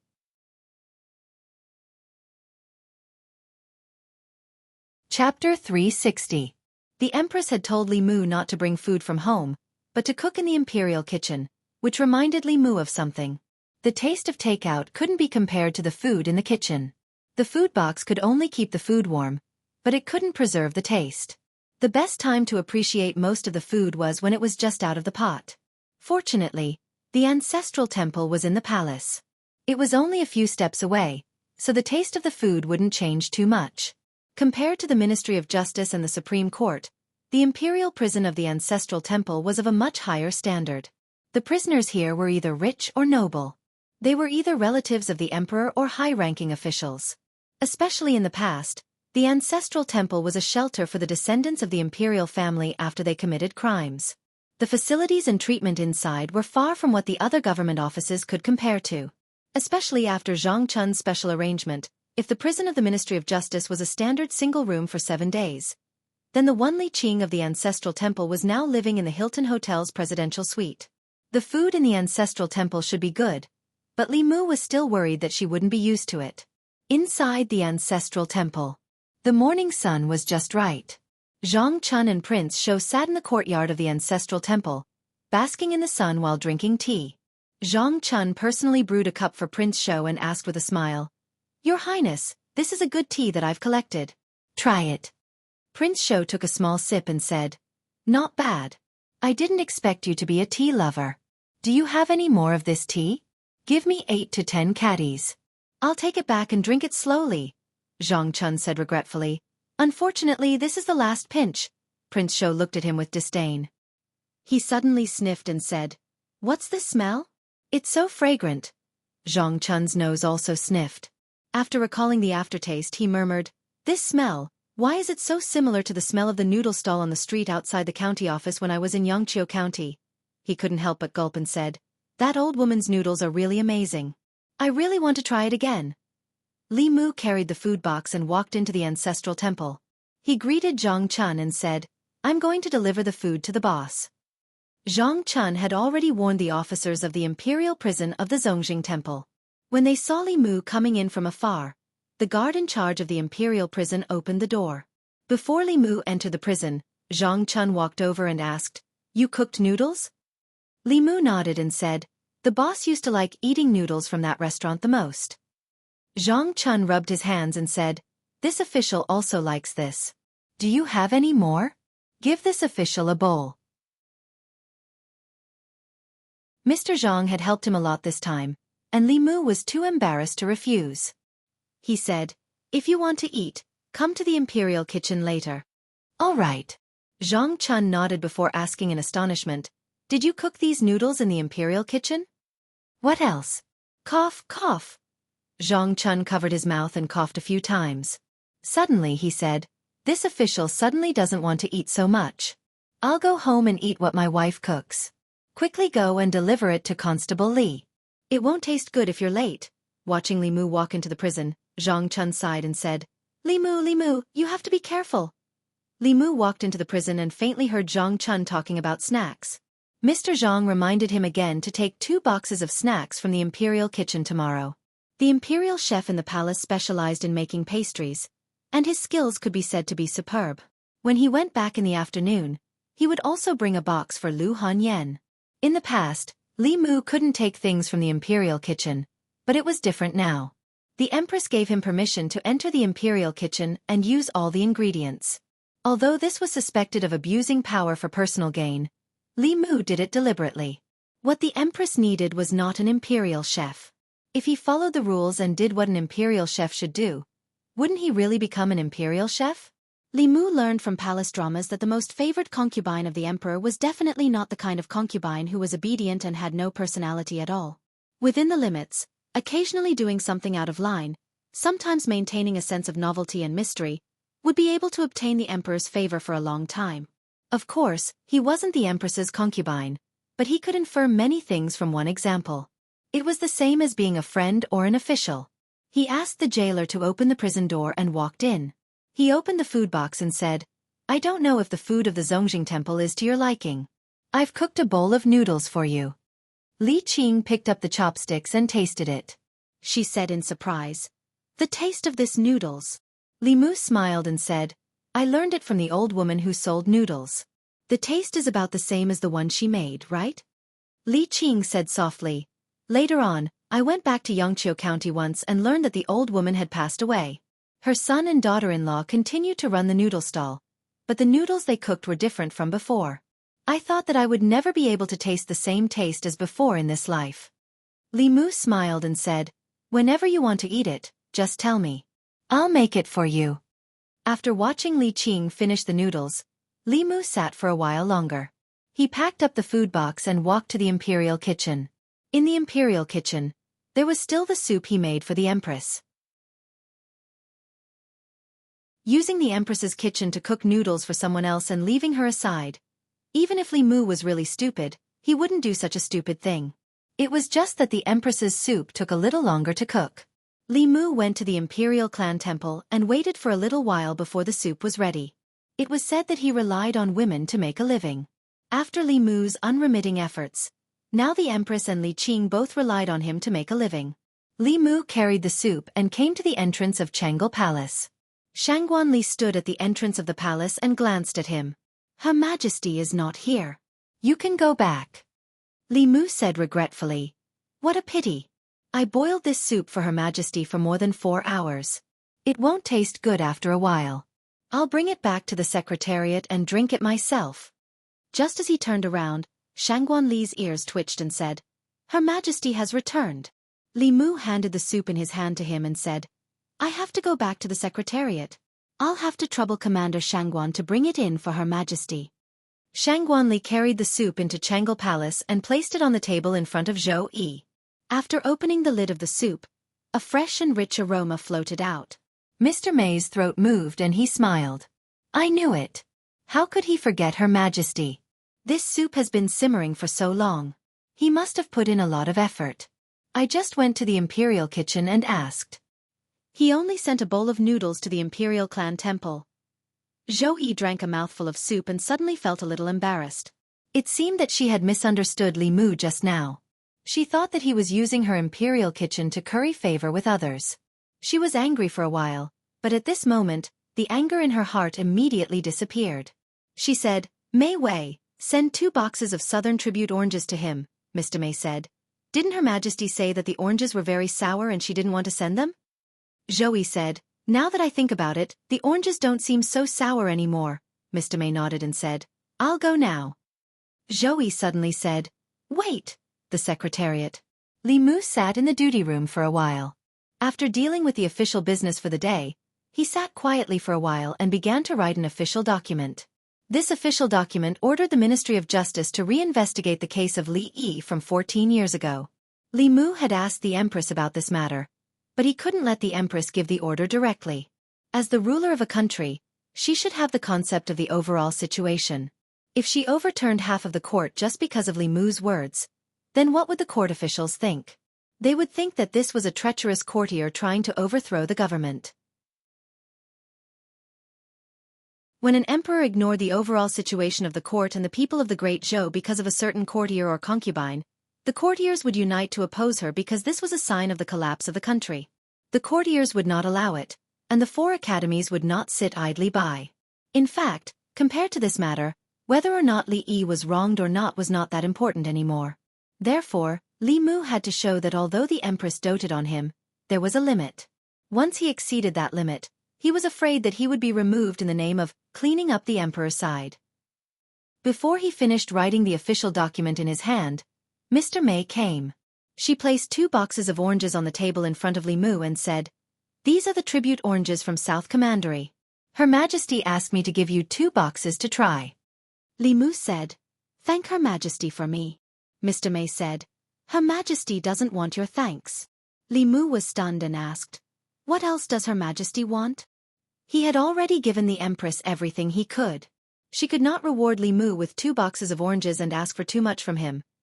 Mr. May glanced at him and said, "In the future, no matter if you make soup or noodles in the Imperial kitchen, send it to Chang'e Palace first."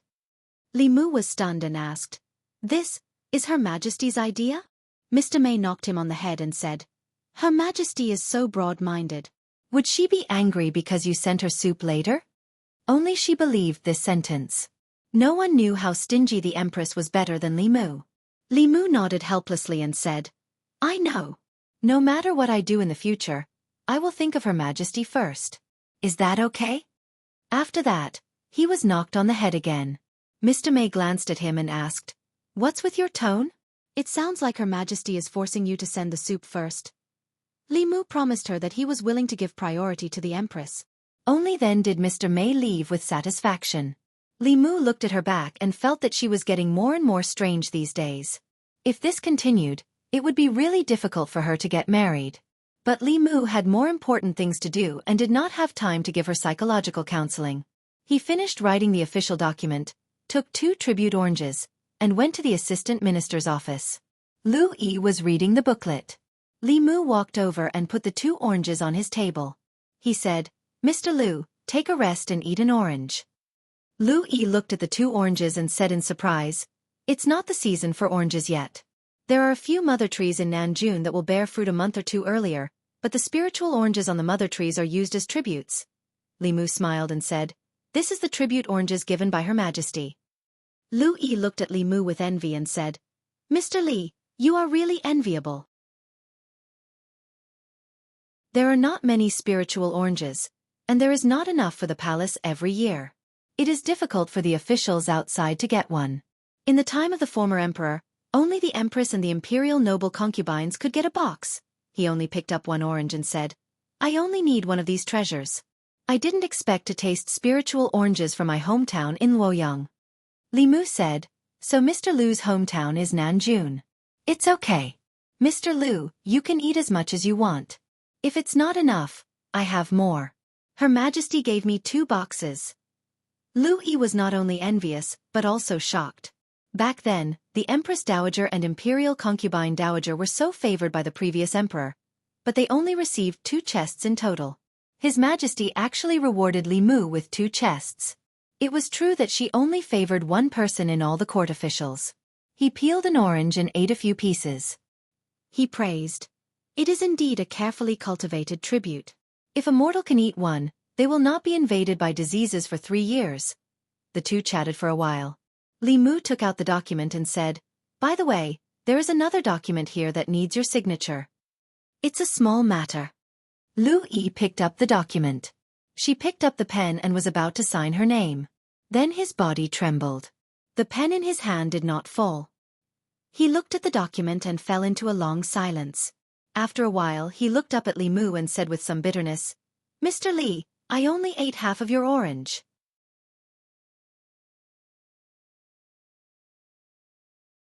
Chapter 361. Li Mu looked at Lu Yi and said with a smile, Lord Lu, this is a spirit orange carefully cultivated by the South Commandery. If a mortal can eat one, they will not be invaded by diseases for 3 years. Lu Yi was speechless for a moment. Finally he sighed and asked, Have you thought about it, Lord Li? Li Mu said, I once made a great vow to establish my heart for the world and my life for the people. How can I watch the heroes of the great Zhou be framed by villains and leave behind a torrent of infamy in history? Lu Yi picked up the pen helplessly and said, Give me 2 more oranges. Li Mu stretched out his hand and 2 more spirit oranges appeared in his hand. Lu Yi signed his name on the document and shook his head. I hope Lord Li has good luck. Li Mu clasped his fist and said, Thank you, Lord Lu. Lu Yi waved his hand and said, You're welcome. This document has to be handed over. It's useless for me to sign it, Li Mu said again. Lord Lu, please give this to the head of the secretariat. When he left the assistant minister's office, he took away the orange peel on the table and threw it away for Lu Yi. Lu Yi hurriedly said, Lord Li, please wait. I'll soak the orange peel in water. Ordinary people could not even get the orange peel of the spirit orange that was specially offered by the royal family. Li Mu decided to finish the orange and collect the orange peel. In the future, when he asked Lu Yi for help, he would give him a few taels each time. After all, it was not good to ask for help empty-handed. Li Mu alone could not make the decision to reinvestigate the old case from 14 years ago. After his proposal, it needed to go through the assistant minister and head of the secretariat first. Then, it would be handed over to the minister for review. Finally, It would be handed over to the minister for implementation. Li Mu could only deal with Lu Yi. The Lu family was one of the oldest surnames in the Great Zhou. It was one of the 9 surnames. Although it was not as powerful as the Shao family and the Zhou family in the imperial court, it could not be underestimated. At the very least, Lu Yi did not have to be afraid of the old and new parties. When Lu Yi saw Li Mu walk out of the assistant minister's office, she put away the orange peel, picked up the document, and went to another office. He placed the booklet on the table and said, "Sir, this booklet is from Li Sharon." The head of the secretariat stroked the long beard on his chin and opened the booklet. After looking at it, he pondered for a moment and signed his name on it. He handed it back to Lu Yi and said, "Pass it to the door." Moments later, in Menxia province. It was a letter from the secretariat. After it was delivered to the Menxia province, it was passed down through the ranks until it finally reached the hands of 2 attendants. The attendant was a provincial official. The 2 of them looked at the booklet in front of them and fell silent. Censorate Li Mu of the Secretariat submitted a memorial, requesting that the case of left Assistant Minister Li Yi of the Ministry of Appointments, who had colluded with the enemy and committed treason 14 years ago, be reopened. The resolution of the Secretariat was passed and submitted to the Ministry of Interior for discussion. If a 4th-ranked official of the imperial court was framed for the extermination of his family or was framed for treason, it was only natural that he would be thoroughly investigated. However, the implications of this case were too broad. Both the old and new parties were implicated. It was fine if the case could not be reopened. Once the case was reopened, 2 out of the 6 ministers of the imperial court would be sentenced to death. One of them was the important minister of the Ministry of Appointments. Other than the ministers of the Ministry of Appointments and the Ministry of Works, the 2 assistant ministers of the Ministry of Appointments would be sentenced to death. The assistant minister of the Ministry of Justice would be sentenced to death. Even if the other high-ranking officials in the imperial court were not sentenced to death, they would not be able to escape severe punishment. In this way, the imperial court would be in chaos. Perhaps it would give an opportunity to those with ulterior motives. Compared to this matter, whether or not Li Yi was wronged was not so important. One of the attendants shook his head and said, "The big picture is more important." The other attendant nodded and said, "Agree." Li Mu ate 2 oranges. Before he went to the yamen, the booklet he had handed out was returned to his hands. His request to reinvestigate Li Yi's case was rejected by the Ministry of Family Affairs. In the 3 provinces, the Secretariat of the Secretariat wrote the edict in the tone of the Emperor and had to be submitted to the Ministry of Interior for review. If the Ministry of Interior passed, they would sign their review opinion on the edict and send it back to the Secretariat. The Secretariat would pass it to the Emperor. After the Emperor gave his final approval, it would be sent back to the Ministry of Interior. If the Ministry of Interior did not pass, they would also send the memorial back to the Secretariat. Sometimes, they would let the Secretariat revise it before sending it back. Sometimes, they would just write the word reject and directly reject it, not giving anyone a chance. The booklet on Li Mu's desk had the word reject written at the end. This meant that the Ministry of Interior did not agree to reopen the case. This kind of thing was very normal. Not to mention the Secretariat, they even dared to reject the Emperor's opinion. They could be said to be the most ruthless department in the imperial court. Of course, if the Empress was stubborn, she could bypass the Ministry of Interior and directly give the order. But in that way, the order in the imperial court would be in chaos. This was not what Li Mu wanted. In any case, he did not expect the Ministry of Interior to agree. This booklet was just a prelude. His purpose was to send a signal to those people. He had accepted Li Yi's case. After that, Li Mu did not mention this matter again. He left the Secretariat and went straight home. There were no secrets between the various departments in the imperial court. Li Mu wanted to reopen the old case of Li Yi from 14 years ago. The fact that his memorial was rejected by the Ministry of Interior spread to the various departments after it was sent to the Yamen. Ministry of Personnel. Right Assistant Minister Gao Hong had just received the news from the Ministry of Interior. He said with a dark face, "That Li Mu really wants to reopen the case for Li Yi."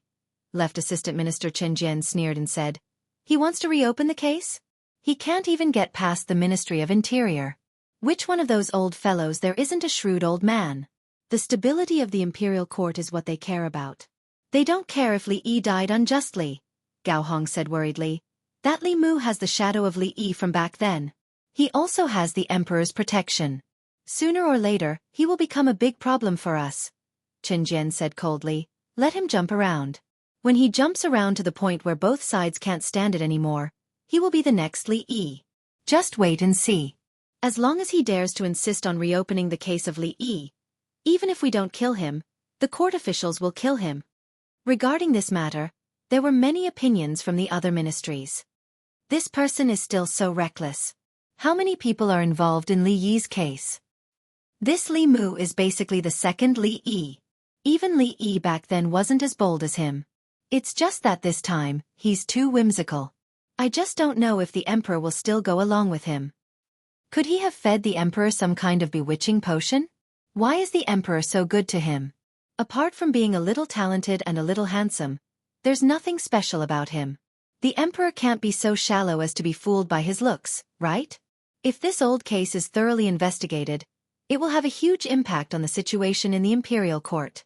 Both the old and new parties will be greatly affected because of this, which is not conducive to the stability of the overall situation.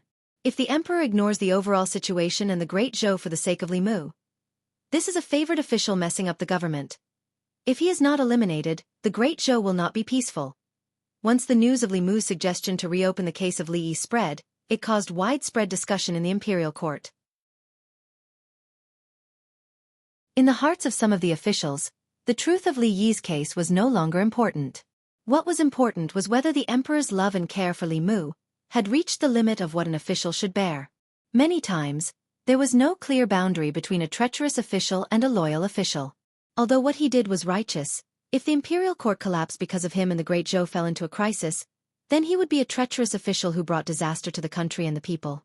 This kind of treacherous official should be eliminated by all the officials. There were even many officials who had a grudge against Li Mu. They were secretly plotting whether they should take advantage of this opportunity to join forces with their respective parties to clean up the Emperor and punish the traitorous officials. However, during the morning court, Li Mu remained silent and did not mention a single word about the old case. This was not unexpected by some officials. Perhaps he also realized that if he wanted to investigate the old case, it would involve too many people. Not only would he not be able to find any results, but he would also be implicated. Thus, he was afraid of retreating. This made some people feel disappointed. Compared to Li Mu retreating in the face of difficulties, they hoped that he would walk this path to the end. This would give them a chance to get rid of him. Just like this, the matter that had caused widespread discussion in the various departments yesterday was not mentioned in the morning court today. Just as the officials thought that this matter was going to be forgotten, Mr. May walked in from outside the hall. He walked behind the curtain and seemed to say something to the Empress. Soon, the Empress's voice came from behind the curtain. Enter. A figure slowly floated into the crepe myrtle hall. He bowed to the Empress behind the curtain and said, "Greetings, Your Majesty." This was a middle-aged man wearing a moon-white Daoist robe. His hair was tied up in a tall crown, and he looked like an immortal. On the left chest of his Daoist robe was embroidered the symbol of a white cloud. White Cloud Mountain? Moon-white Daoist robe. A second-generation disciple of the Fulu school. Could he be the head of one of the peaks? What is the head of the Fulu school doing in the divine capital? The officials looked at the middle-aged man in confusion. Although the Fulu school and the imperial court cooperated, it was limited to low-level disciples. This was the first time they saw such an important figure of the Fulu school in the divine capital, in this golden hall. The Empress asked calmly, "Taoist Hyun Jinko, why have you come to the divine capital?" Hyun Jinko said, "I am here on the orders of the headmaster for one person." The Empress asked, "Who?" Hyun Jinko said, "Her name is Li Qing. She is the direct disciple of the headmaster." Most of the officials in the imperial court did not know who Li Qing was. The left assistant minister of the Ministry of Personnel's expression changed slightly. He walked forward and said, "Li Qing has killed many imperial court officials and is a serious criminal. Does the Fulu school want to protect her?" Hyun Jinko shook his head and said, "No. The Fulu school supports the Great Zhou court. If a Fulu school disciple violates the law, the court can punish them according to the law. However, the headmaster knows that Marshal Niece Li's family was wrongly killed more than 10 years ago. He hopes that the court can follow the law and give her an explanation, and also give the Fulu school an explanation. The moment he said this, the imperial court fell silent. The assistant minister of personnel was probably talking about Li Yi's daughter. If the Fulu school wanted the court to give them an explanation, wasn't it asking the court to reinvestigate the case? If this matter was found out by Li Mu, the provincial court would reject the case and it would be over. However, the Fulu school was a colossus that was not inferior to the Great Zhou court. Mount Baiyun was located in the extreme north of the Great Zhou. The ancestral court of Fulu school was the Great Zhou's first line of defense against the Yao kingdom and the Ghost realm in the north. Their orthodoxy was spread throughout the Great Zhou. The court could only be kind and not evil, however. For the sake of the Fulu school, reinvestigating the case of the past would cause unrest in the court. Of course, this was not allowed. The court had to lower their stance and calmly reason with the Fulu school. Even if they refused, they had to show the court sincerity. This way, even they could not force the court. One of the attendants stood up and cleared his throat. Just as he was about to speak, an angry roar suddenly came from the front of the court. Prince Shou's face was full of anger. He pointed at Hyun Jinko's nose and scolded, "The Great Zhou is the Great Zhou of the court. Why does the court need to explain its actions to others? Who does your Fulu school think you are? How dare you teach the court how to do things?"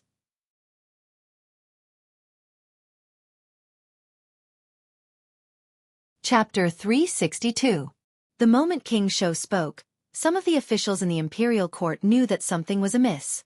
Most of the people involved in Li Yi's case were from the old party. Even if King Shou didn't want to reopen the case, he couldn't speak to a peak master of Fulu school like this. Among the 6 sects of Dao, only Fulu school and Xuanzong were located in Great Zhou. Xuanzong was located in the east, and there weren't any powerful enemies in the east of Great Zhou. However, things were different in the north. The country of demons and the Hades domain were both located in the northwest. The ancestral court of Fulu school was located in the north, intimidating the demon country and the ghost domain. It was a solid barrier at the border of Great Zhou. Without Mount Baiyun, the demon country and the ghost domain could easily invade Great Zhou. No matter what, the imperial court couldn't become enemies with Fulu school. At the back of the hall, Zhang Chun had already opened his mouth. However, when he heard King Shou speak, he swallowed the words that were already in his throat. Hyun Jinko didn't look at King Shou. Instead, he swept his gaze across the officials and asked, "Is this the attitude of the Great Zhou court?" King Shou had a look of disdain on his face. Just as he was about to continue speaking, he was pulled back by 2 officials beside him. "Your Highness, be careful with your words." The attendant opened his mouth, but he couldn't say the words he wanted to say to delay the matter. King Shou's words left the imperial court with no way out. Now, even if the imperial court didn't want to investigate, they had to. If the imperial court really didn't care about Fulu school's request, wouldn't that mean that they didn't care about Fulu school at all? The deterioration of their relationship with Fulu school would be even more serious than the turmoil in the imperial court. In the imperial court, no one's position was irreplaceable. They just had to pay a price. However, the position of the Fulu school was truly irreplaceable. Without the Fulu school, there was no way the imperial court could send 3 seventh realms, close to 10 sixth realms, and countless 5th and 4th realms to hold the fort in the northwest region. This would drain most of the imperial court's manpower.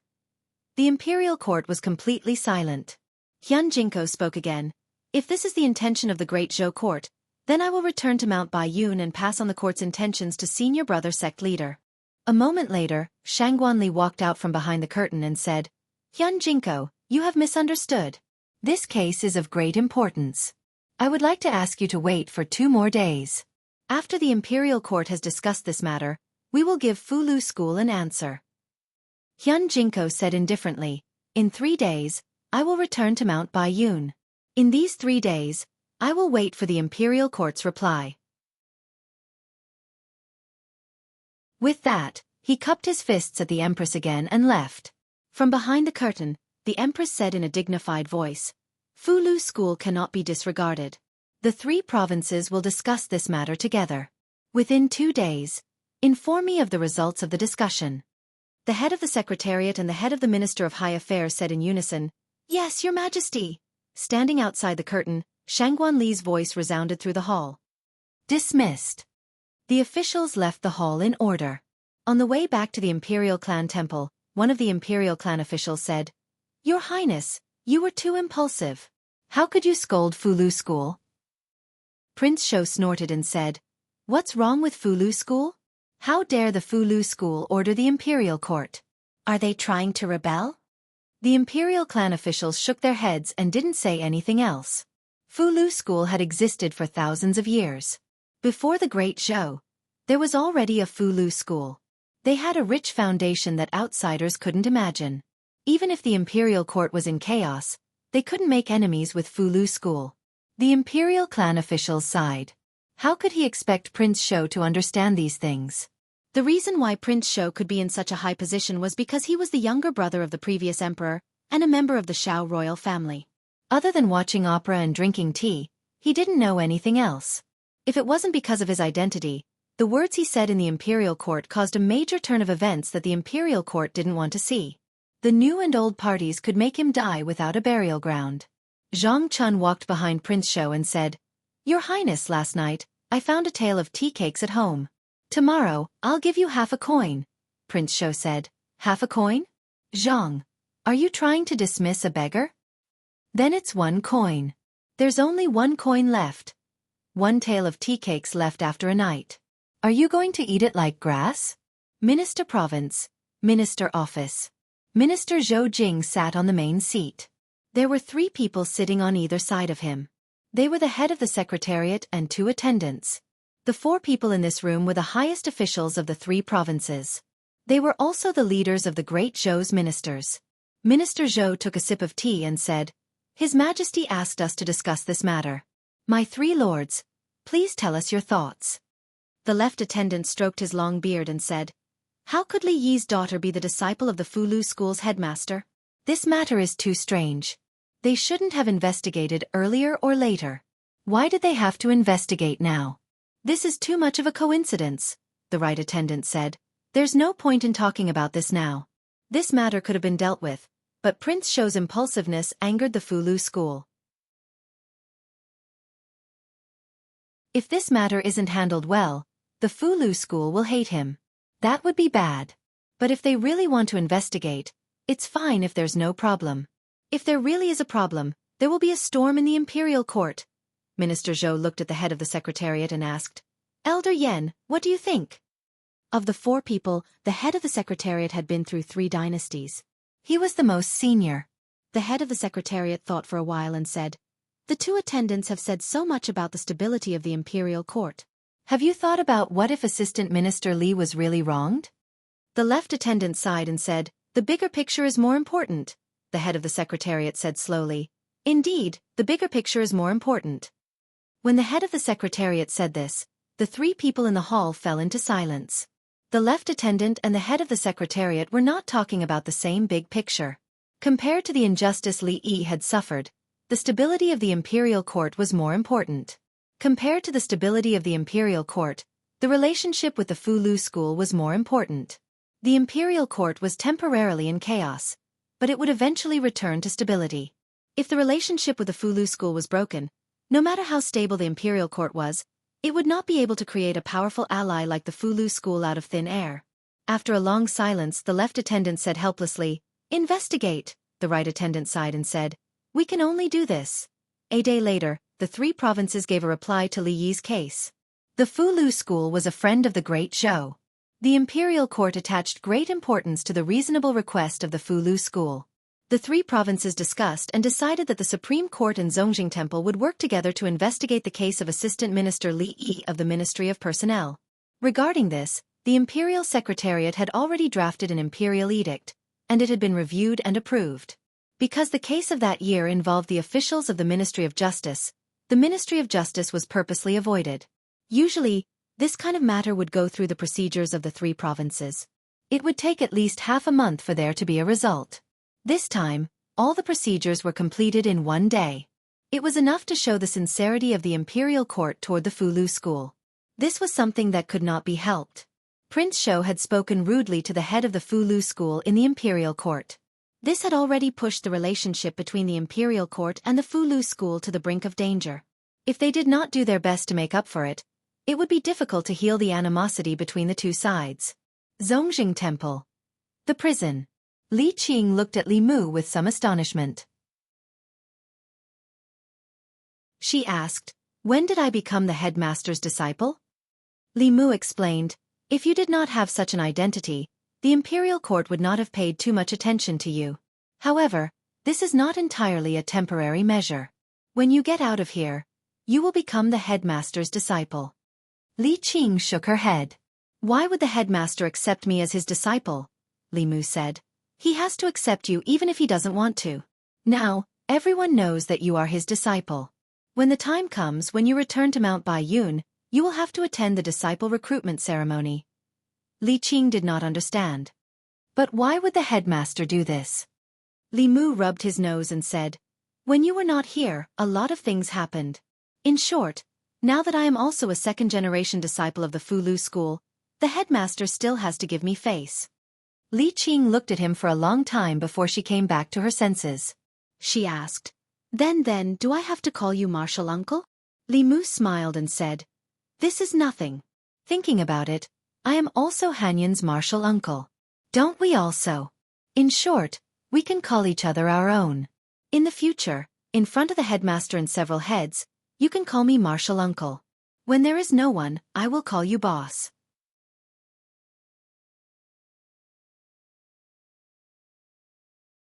Chapter 363.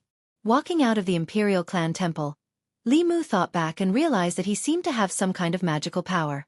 A kind of magical power that could turn people of the same generation into juniors. Whether it was Li Qing, Lu Hanyan, or the two little snakes that Li Mu hadn't seen for a long time, everyone's relationship was good at the beginning, but then it started to develop in a strange direction.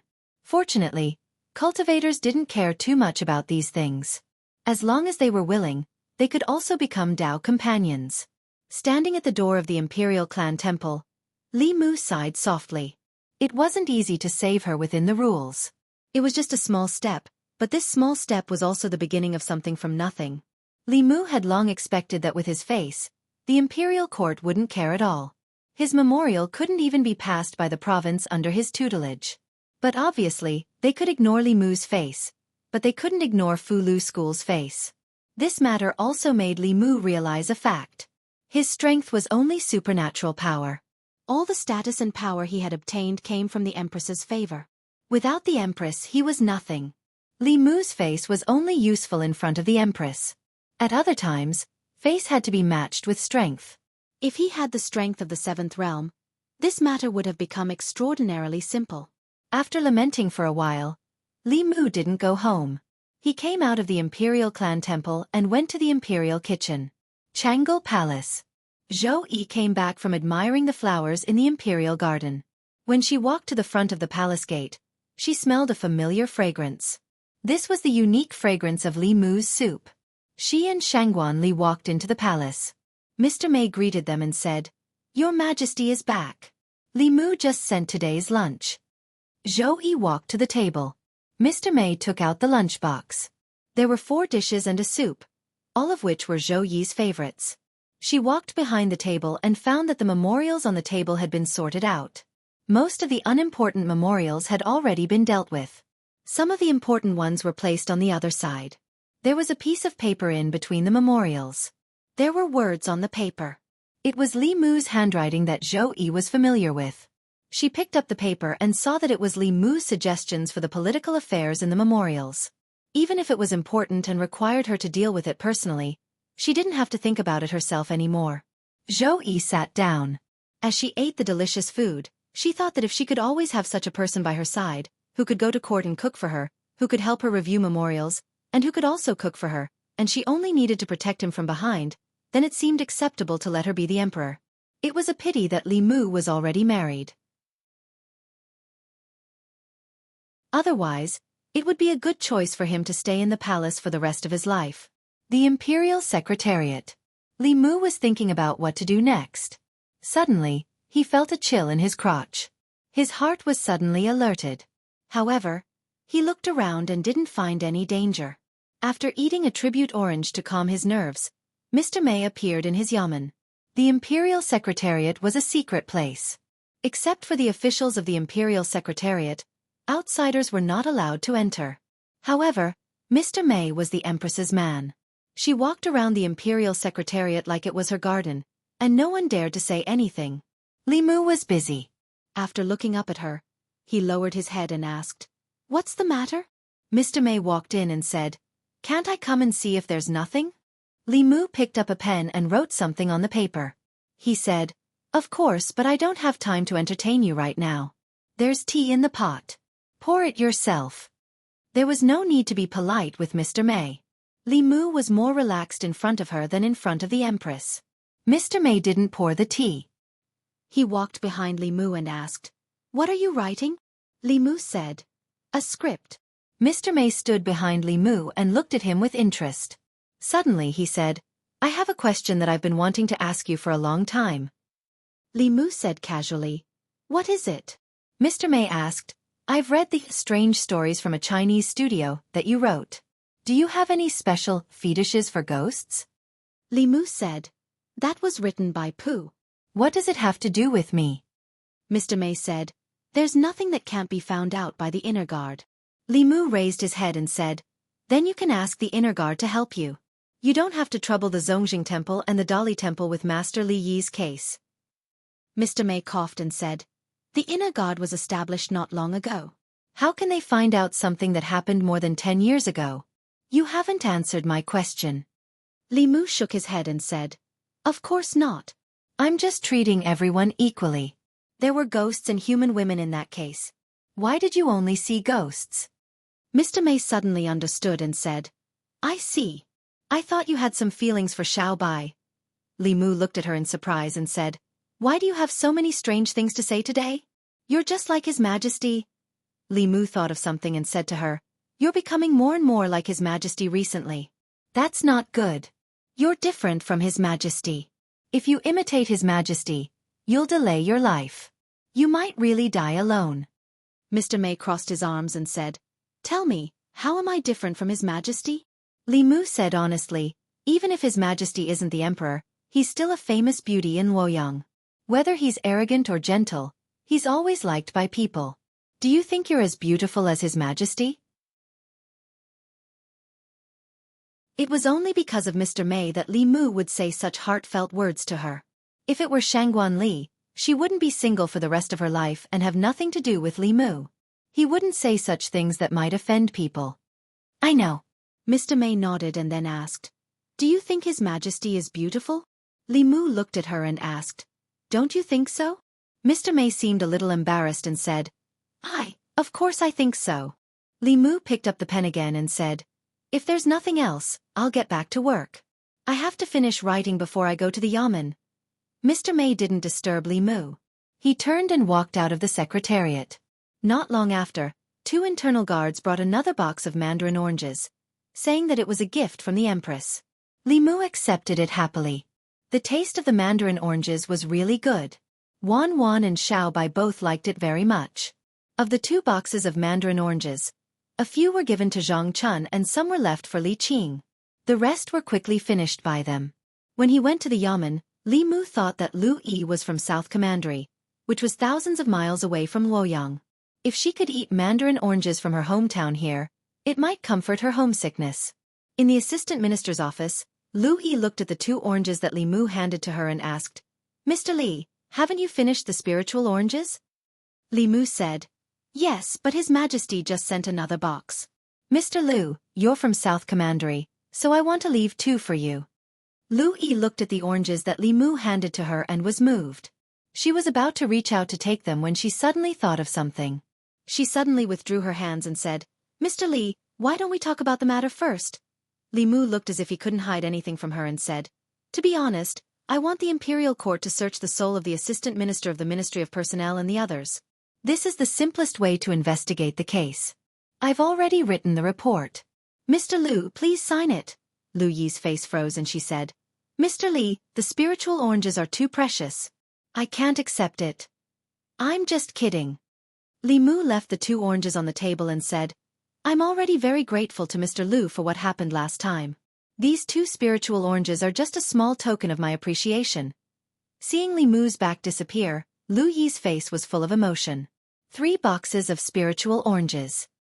His Majesty's favor to Li Mu had already surpassed the former emperor's favor to the empress and the imperial concubine. At this time, the Right Assistant Minister of the Hall of Governmental Affairs came in from outside and put a few reports on the table. He said, "Mr. Liu, take a look at these reports first. After we discuss them tomorrow, we'll submit them to Mr. Yen." "Hey, why are there 2 oranges here? I'll take one." "Stop!" Lu Yi shouted, which scared the Right Assistant Minister of the Hall of Governmental Affairs. Then he realized that he had lost his composure. He put the 2 oranges in his sleeve and said, "These 2 oranges have a special meaning to me. If Mr. Su wants to eat them, I'll send you a box in a few days." Great Soundbar. Li Mu handed a few pages of paper to the owner of the Great Soundbar and said, "Please." The owner of the Great Soundbar said seriously, "Don't worry, Mr. Li. I'll take care of this matter as soon as possible." After Li Mu left, the owner of the Great Soundbar looked at the few pieces of paper in her hand. What was written on the paper was a complete play. The play was about an official of the Zhao family of the previous dynasty. Because he had offended a powerful official, he was framed by a treacherous official and his family was tragically exterminated. The surviving orphan of the Zhao family grew up and avenged his family. In the Li residence, Yu Zhenzi took a few pages of paper from Li Mu's hand and floated away. The ancestral court of Fu Lu School was located in Mount Baiyun. It had branches all over the 36 counties of the Great Zhou. These branches were inherited from the ancestral court and were united with it. Soon, this play would appear in all the counties of the Great Zhou.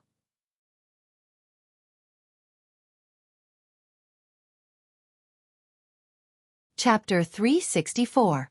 After making these arrangements, the following matters could not be rushed. All they could do was wait. Lu Hanyan was playing the zither in the courtyard.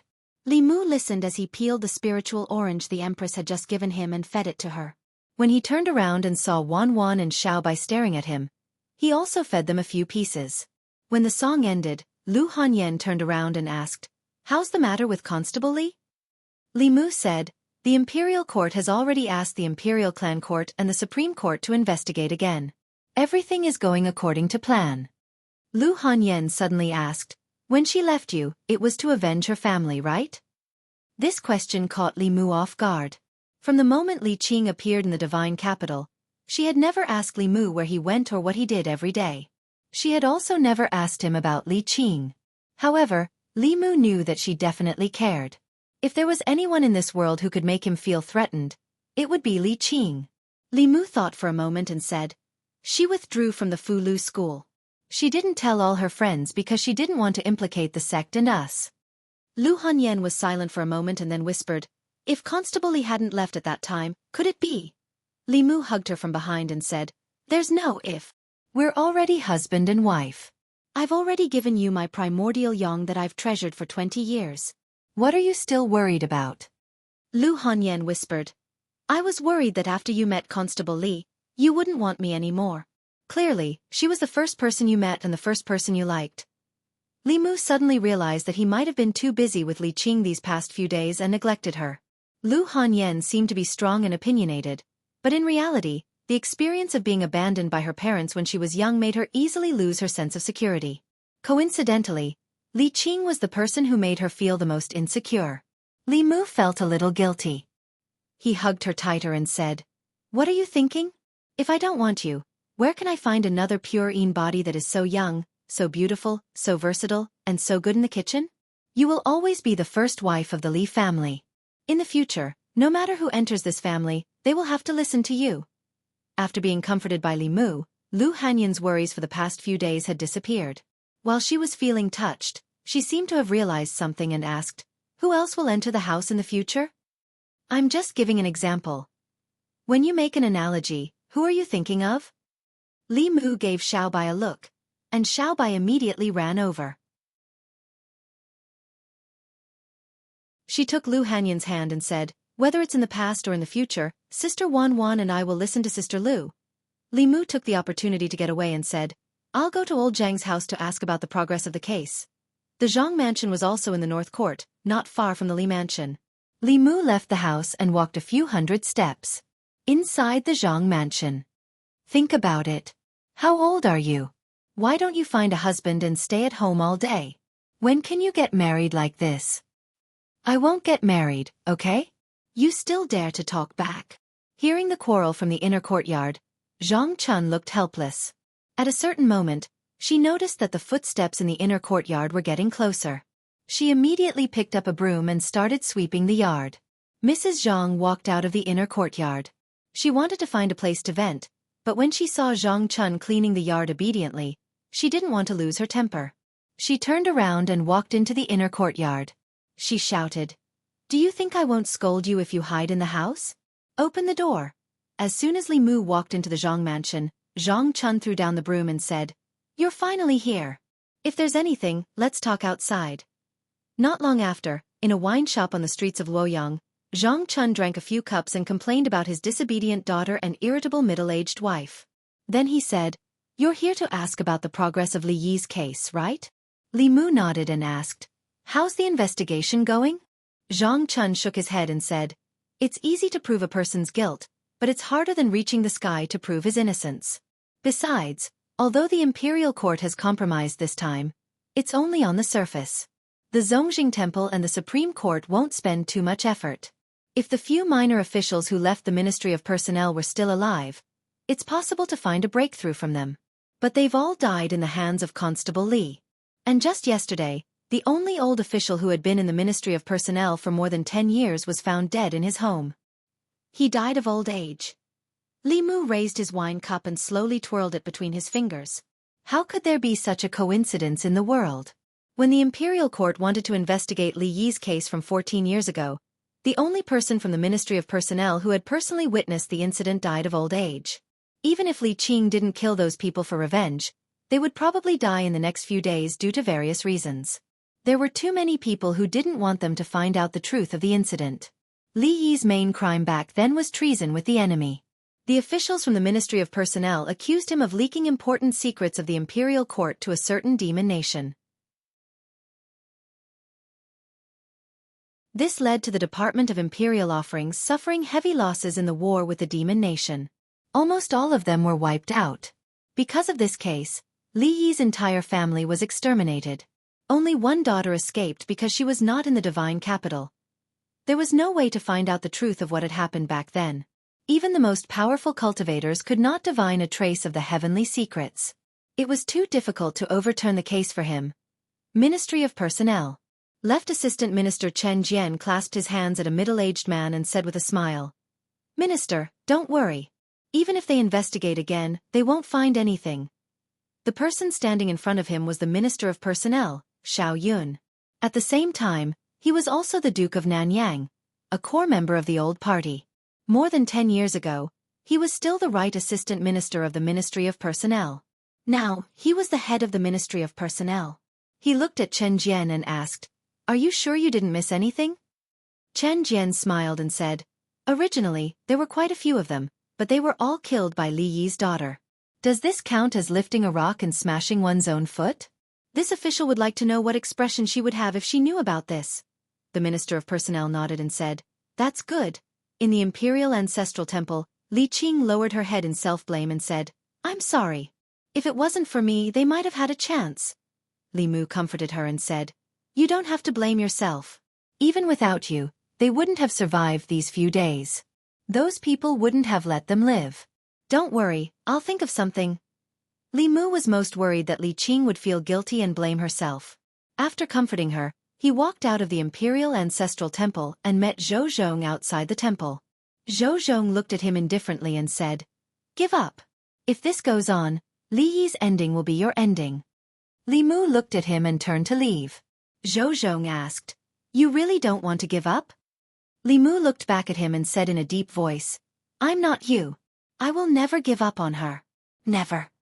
Zhou Zhong looked at Li Mu's departing figure until it disappeared from his sight. Only then did a faint smile appear at the corner of his mouth. From afar, one could see that his figure was slightly hunched, as if he had put down something important. Ziwei Palace. There wasn't anything important in today's morning court. Li Yi's case, which had been a hot topic for the past few days, became the focus of the court's discussion. Although the court had ordered a reinvestigation of this case, even with the combined efforts of the Imperial Ancestral Temple and the Supreme Court, they couldn't find a single clue. After all, 14 years had passed since this case. Almost all the clues had disappeared in the river of time. It was as difficult as ascending to the heavens to find a new clue. In the Great Hall, the left assistant minister of the Ministry of Personnel stepped forward and said, "Your Majesty, the evidence for Li Yi's case was conclusive back then. Investigating it now is already an exception. We can't keep wasting the court's resources because of this case." The Minister of Works, Zhou Chuan, also stepped forward and said, "The Fulu School wants to investigate this case. The court has already satisfied them and given them an explanation. The court has its dignity and can't be forced by them." The officials of the new party and the old party had already spoken. Their wishes represented the wishes of most of the court. If His Majesty still insisted, it would damage the court's dignity and the officials in the court would not agree. At this moment, the Assistant Minister of the Ministry of Justice, Zhou Zhong, also stepped forward. The officials in the court already knew that the new party and the old party had joined forces to settle Li Yi's case. Under everyone's gaze, Zhou Zhong walked to the center of the court, took off his official hat, and slowly knelt down. When the officials saw this, they were all stunned. Lord Zhou is... Why is he kneeling? Why did he take off his official hat? The officials were in an uproar. In front of the crowd, Prince Zhou stared blankly at the kneeling Zhou Zhong and muttered, "Good fellow." Zhou Zhong knelt on the ground and placed his official hat beside him. He touched the ground with his head and said loudly, "I'm guilty."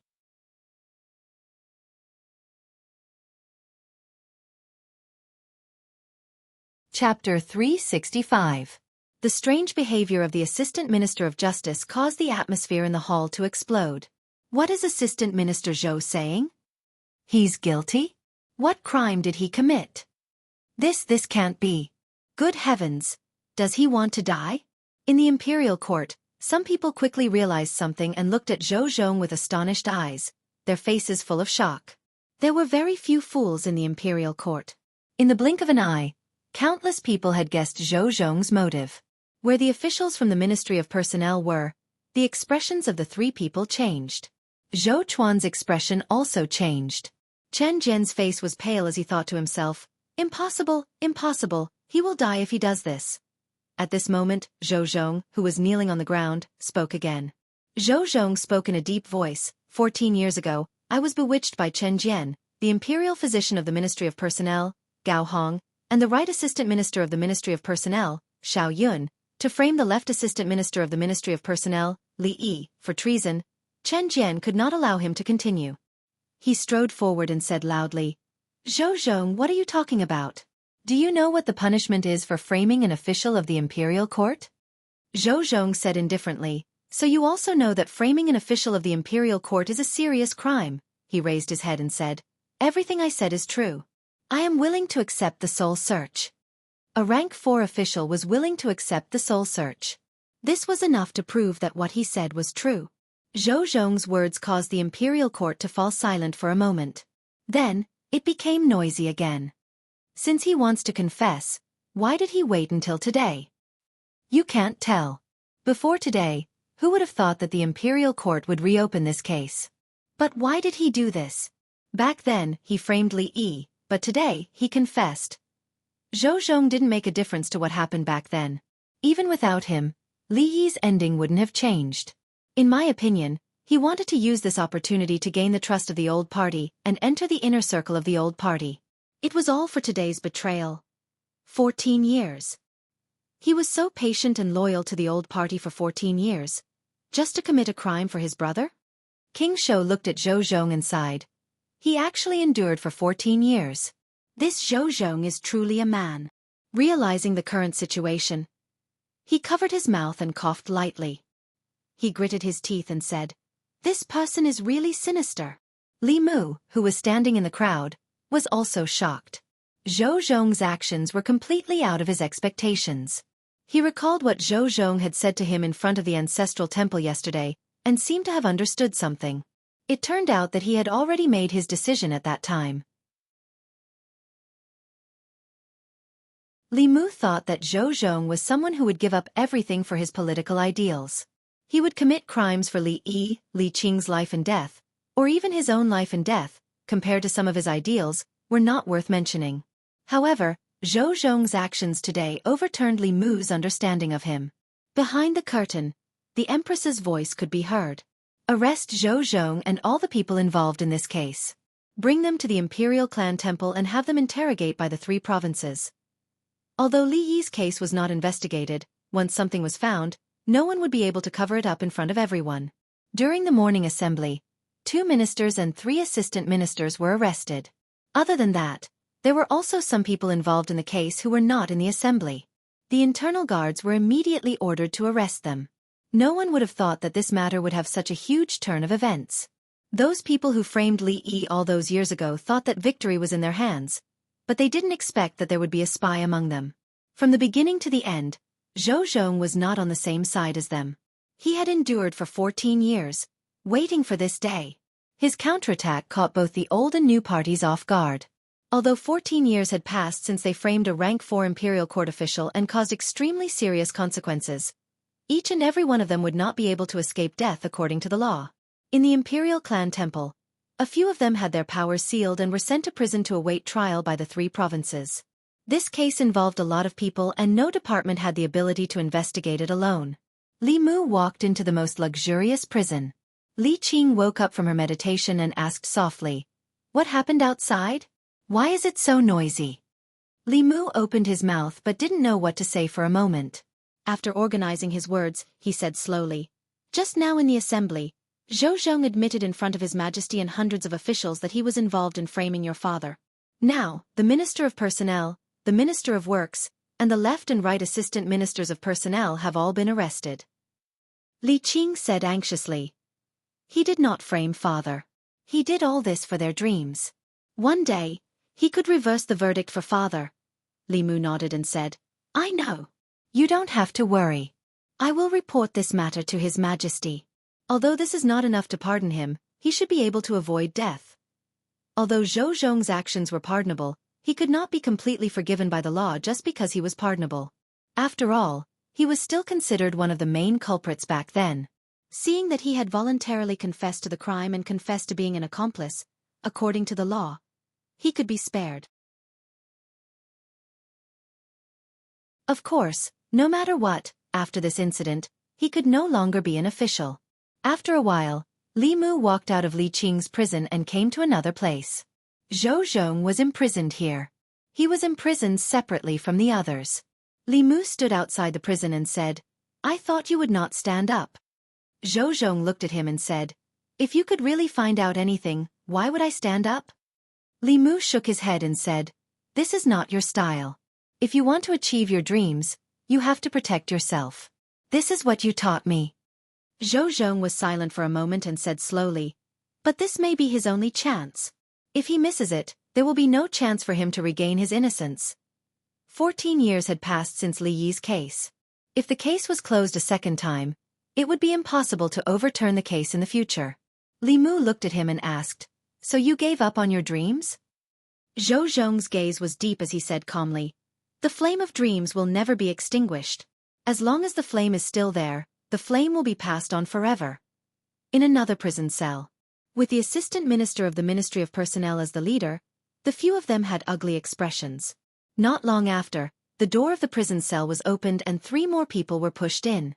Chen Jian's face was pale as he said, "Marquis Zhongyong, Count Pingon, Marquis Yongding. You have all been captured too?" The 3 of them were shocked when they saw the few people in the prison cell. After realizing something, they said in shock, "Could it be?" Chen Jian gritted his teeth and said, "That damned Zhou Zhong betrayed all of us." After understanding the whole story, the 3 of them had completely gloomy expressions. The assistant minister of the Ministry of Personnel, Gao Hong, sighed and said, "If Zhou Zhong's soul is searched and he reveals what happened back then, the few of us will probably be sentenced to death." Chen Jian said, "We are all grasshoppers on the same rope. We must think of a way, or else it will be difficult for us to escape death." The Marquis Zhongyong shook his head and said, "Death is impossible. My family still has a death exemption medallion bestowed by the late emperor. As long as I don't rebel, no one can punish me." The Count Pingon also sighed. "It's a pity that the medallion passed down by my father is gone. I originally wanted to pass it down from generation to generation." The Marquis Yongding had a pained expression as he said, "My family's medallion probably can't be kept. That damned Zhou Zhong, If it wasn't for his bewitchment back then, the three of us wouldn't have participated in this matter. Chen Jian said in shock. All of you have death exemption medallions. The Marquis Yongding nodded and then looked at the three people opposite him and said, not only us, the late emperor also bestowed one to the Duke of Nanyang.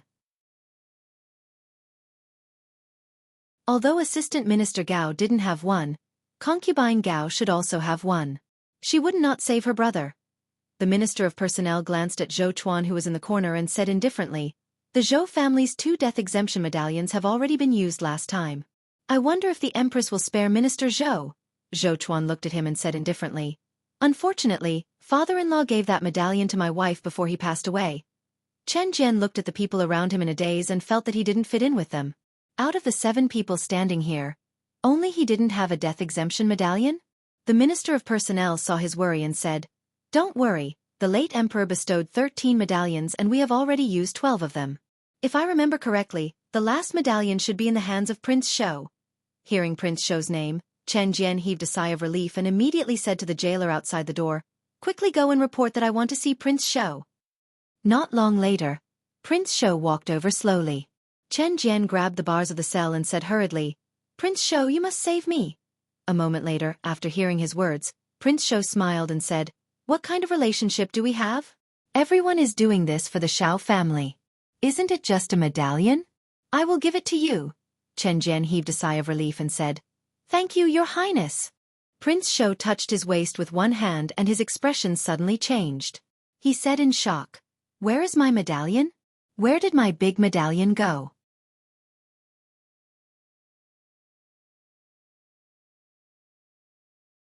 Chapter 366.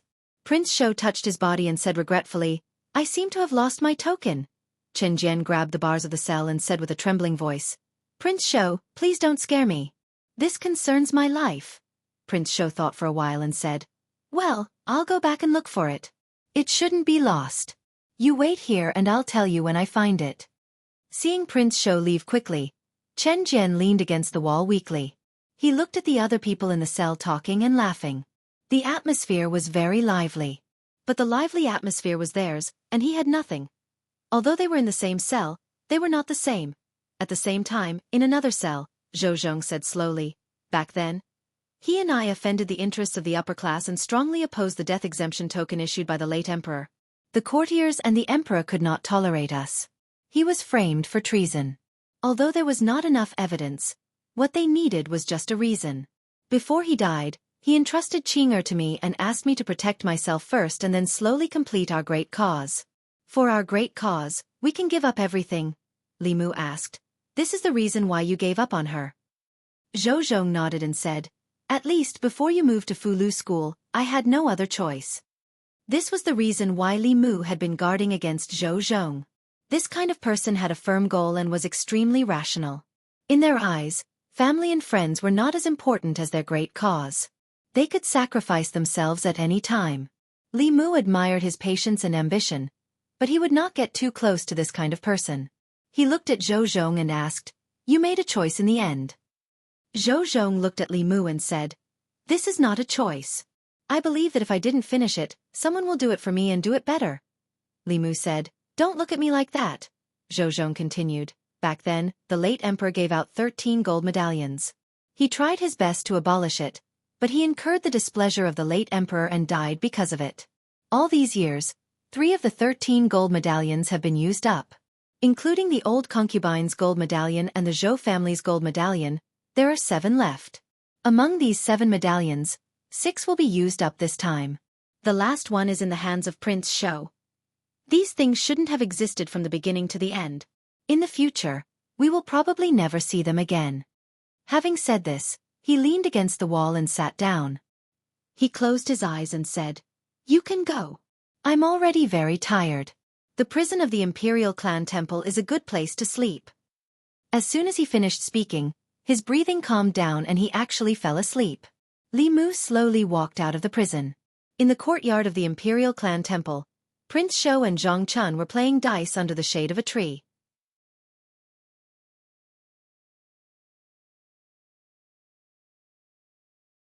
This was the case that had the greatest impact on the court in all these years and involved the widest range of people.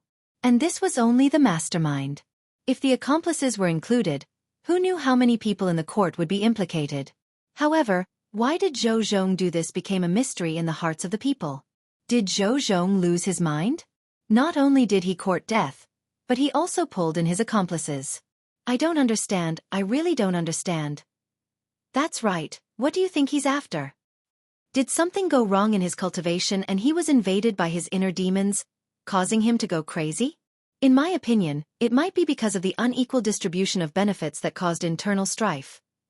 In the entire divine capital, everyone in the streets, taverns, and tea houses were discussing this matter. No matter how they thought about it, they could not imagine that the people who framed Li Yi back then were not found by the imperial court. Instead, they were wiped out because of internal strife. As for why Zhou Zhong did this, there were different opinions. Some said that he was invaded by his inner demons, some said that he had lost his mind, and some said that the old party had internal strife. In a restaurant somewhere, an old man could not listen anymore. He slammed his wine bowl on the table and said in a deep voice, "Did you forget that more than 10 years ago, other than Li Qingtian, there was also Zhou Qingtian in the divine capital?" What Li Qingtian? Zhou Qingtian. 14 years ago I was only 5 years old. I was still playing with P. I didn't know anything.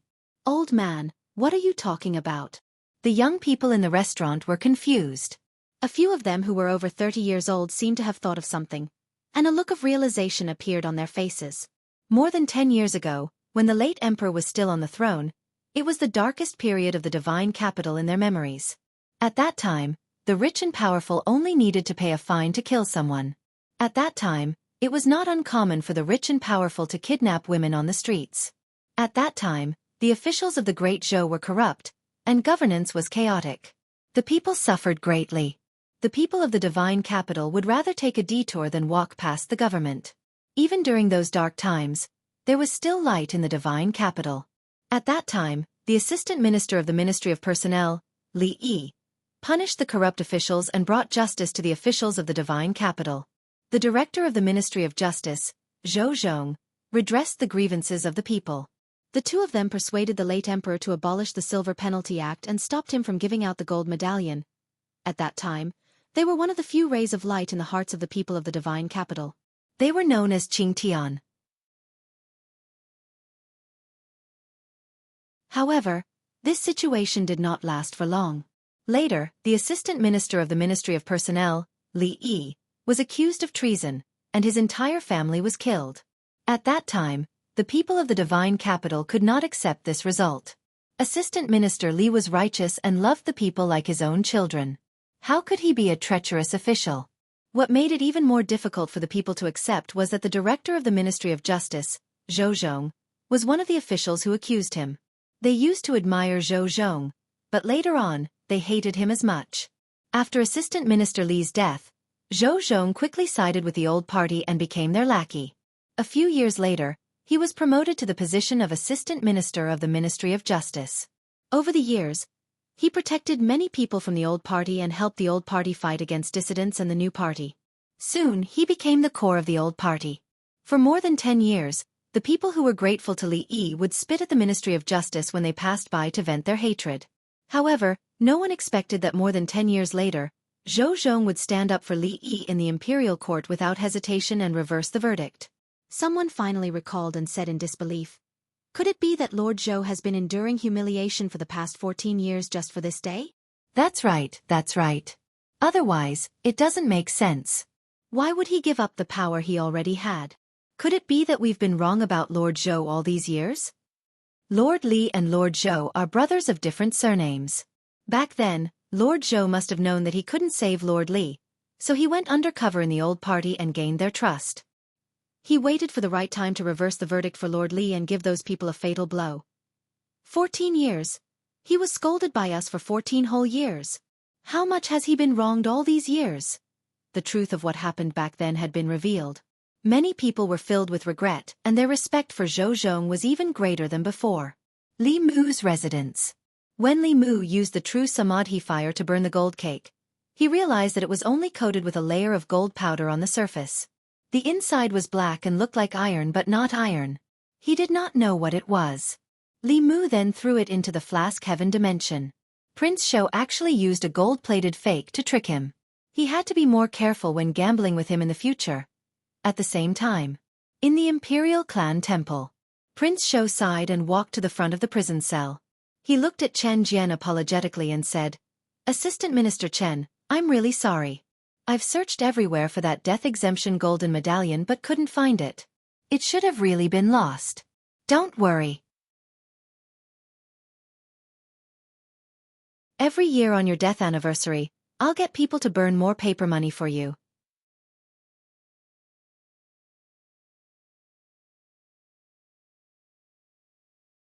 Chapter 367. Of course, the material used to make the death exemption golden medallion was not ordinary metal. Li Mu had asked Hyun Jinko about it. According to Hyun Jinko, the metal in his hand was a piece of meteoric metal. In the cultivation world, meteoric metal was called meteoric metal. It was a metal that did not exist in the 10 continents. It was extremely tough and was most suitable for refining weapons. It was one of the main materials for refining heaven-grade magic treasures. Therefore, Li Mu found a new box and put it away. It might be useful in the future. Then, he began to think about something. Although Zhou Zhong's suicide attack was useful, according to the law, he himself could not escape the death penalty. Of course, Li Mu could not watch him die. After thinking about it, he left the house and walked toward the palace. At the same time, in the southern courtyard, it was a mansion with more than 10 entrances. Several figures gathered together. They did not look happy. "I've told you that Zhou Zhong is a traitor. We can't trust him easily.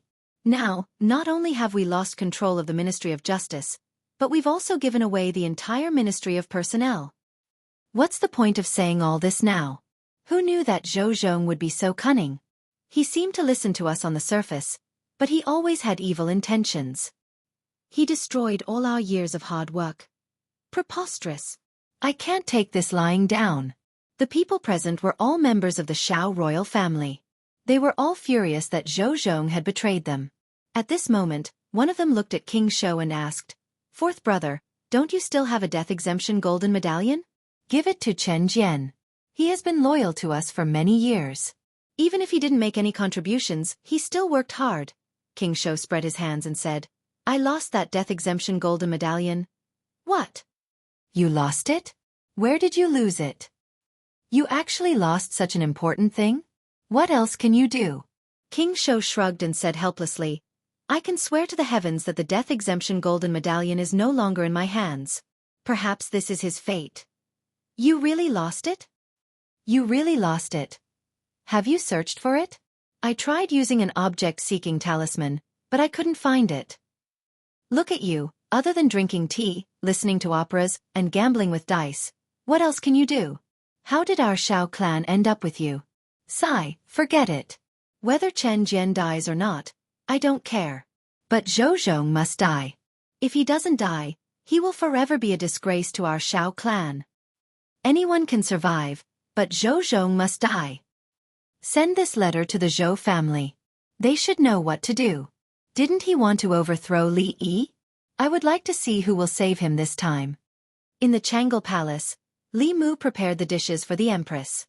He also poured fresh and fragrant tribute tea into a jade cup and placed it beside her hand. Zhou said, "There are no outsiders here. You can sit down too." Li Mu said, "I'll just stand. If your Majesty has any orders, please call me." Zhou glanced at him and asked, "Why are you so good to me today?" Li Mu asked, "Did I not treat your Majesty well in the past?" Zhou was speechless for a moment, then said, "That's not what I meant." Then she said softly, "Sit down. I don't want to eat alone." Li Mu sat opposite her and accompanied her to eat for a while. At a certain moment, he raised his head and asked, "Your Majesty, how do you plan to deal with Zhou Zhong?" Zhou said, "According to the law, he should be beheaded." Li Mu quickly said, "But he turned himself in and confessed all his accomplices. It can be considered meritorious. Shouldn't he be given a light sentence?" Zhou took a memorial from the side and handed it to him, saying, "This is the memorial that the Secretariat just handed over. Take a look." Li Mu opened the memorial. From the signature, it was handed over by an official of the new party. In this report, there was a detailed list of cases where Zhou Zhong had covered up for the officials of the old party over the years. A single case was not a big deal, but when all of them were put together, it was enough to convict him of the felony of bending the law for personal gain. This crime could be heavy or light. If it was light, it could be a forfeit of salary. If it was heavy, it could be beheaded. In the past 10 years, in order to gain the trust of the old party, Zhou Zhong used the power in his hands to cover up many officials of the old party. He also violated the law and did many things that were beneficial to the old party. They were all listed in this memorial. Perhaps only the old party itself could understand these things in such detail. It seemed that Zhou Zhong's behavior of harming himself and hurting the enemy had thoroughly angered the people behind the old party. The old and new parties joined forces to put him to death. In order to execute Zhou Zhong, the old party even exposed some of their own scandals and sacrificed some people. The purpose was to make Zhou Zhong's death irreversible. Zhou Yi picked up a piece of tofu and slowly ate it before saying, "These crimes added together are enough for him to die twice." Li Mu picked up his chopsticks and put them down, saying, "I think that although Zhou Zhong violated the law in the past, there is a reason behind it that cannot be ignored. His good friend was wronged and died tragically. He had no way to seek justice through the imperial court and the late emperor. How desperate was that? In order to redress his good friend's case, he violated morality and endured humiliation until today. He is praised and respected by the people. If the imperial court does not care about the reason and sentences him to death, I'm afraid that people will not be convinced." Zhou Yi glanced at him and asked, "So, you are here to plead for him?"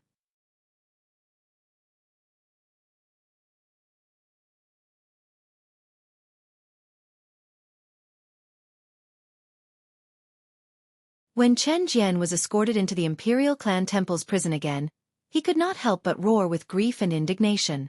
Zhang Chun sat under the shade of a tree and shook his head. "If you knew this would happen, why did you do it in the first place?" King Shou sighed and said, "The heavenly Tao is clear. There will always be people who have to pay the price for their past mistakes.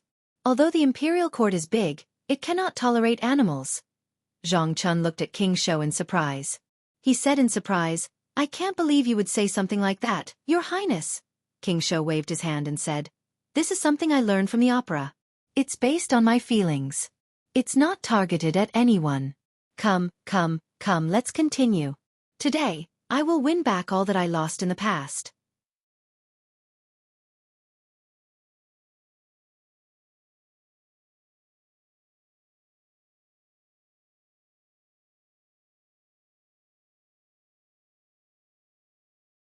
Spending money to listen to plays was the life of the rich. At this moment, someone asked, "Don't you know that the Yunyan Pavilion is not paying for the plays these days?" Someone was shocked. "There's such a good thing? It's not just the Yunyan Pavilion. In the past few days, there's also a stage set up by the official road outside the city. It's free to perform. Those who have the money can attend it. Those who don't have the money can also attend it. So the stage at the city gate is for watching plays. If they said that it's free, I would have gone to watch it. Let's go together. Wait for me." The commoners did not have much entertainment, so they were naturally happy to watch a play that they could watch for free. The Yunyan Pavilion's theater was filled to the brim. The area around the stage outside the city was also filled with commoners. It was the slack period, so there were not many opportunities like this. The commoners in the surrounding area carried stools before the sun rose. The play was called The Orphan of the Zhao Family. It told the story of an official of the Zhao family from the previous dynasty. Because he often sought justice for the commoners, he offended the nobles in the capital. He was framed by a treacherous official and his family was exterminated. The surviving orphan of the Zhao family endured for many years to avenge his family. The story of the play was twisted and bizarre, with climax after climax. At the end, the orphan of the Zhao family killed the treacherous official with his own hands to avenge his father. It was so satisfying that the commoners could not help but think of Daoist's injustice. The commoners loved to watch plots where good had good karma and evil had evil retribution. This was not the only reason why the play was so popular. It was also because the content of the play was not fabricated. Instead, it was based on the original. The official of the Zhao family in the play was Li Yi, the assistant minister of the Ministry of Personnel, whose entire family was exterminated because of the crime of treason. The Empress had already informed the 36 counties of the great show of his injustice. Most of the commoners knew about it. Sigh, he's already dead. What's the use of redressing the injustice? Why can those people still use the death exemption golden medallion to save their lives? They should all be buried with that lord. It's a pity that the imperial court is controlled by those people. That lord's daughter had no way to redress the injustice. She was forced to take revenge on those corrupt officials. I wonder how the imperial court will deal with her? What else can they do? They'll definitely give her the death penalty. After all, she violated the law. *T the law. Is the law used to protect the murderer? The law can't give justice to others, but it doesn't allow them to seek justice for themselves.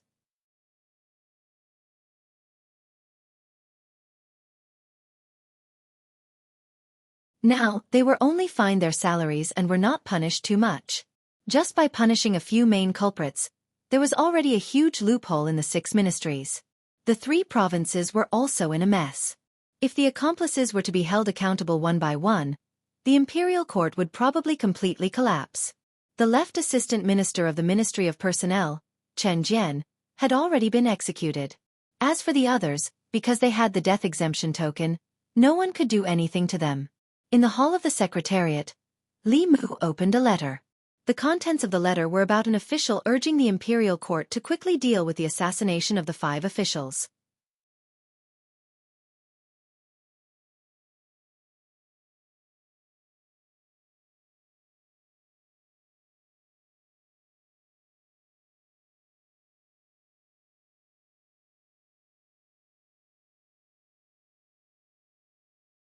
How do you expect people to trust the imperial court?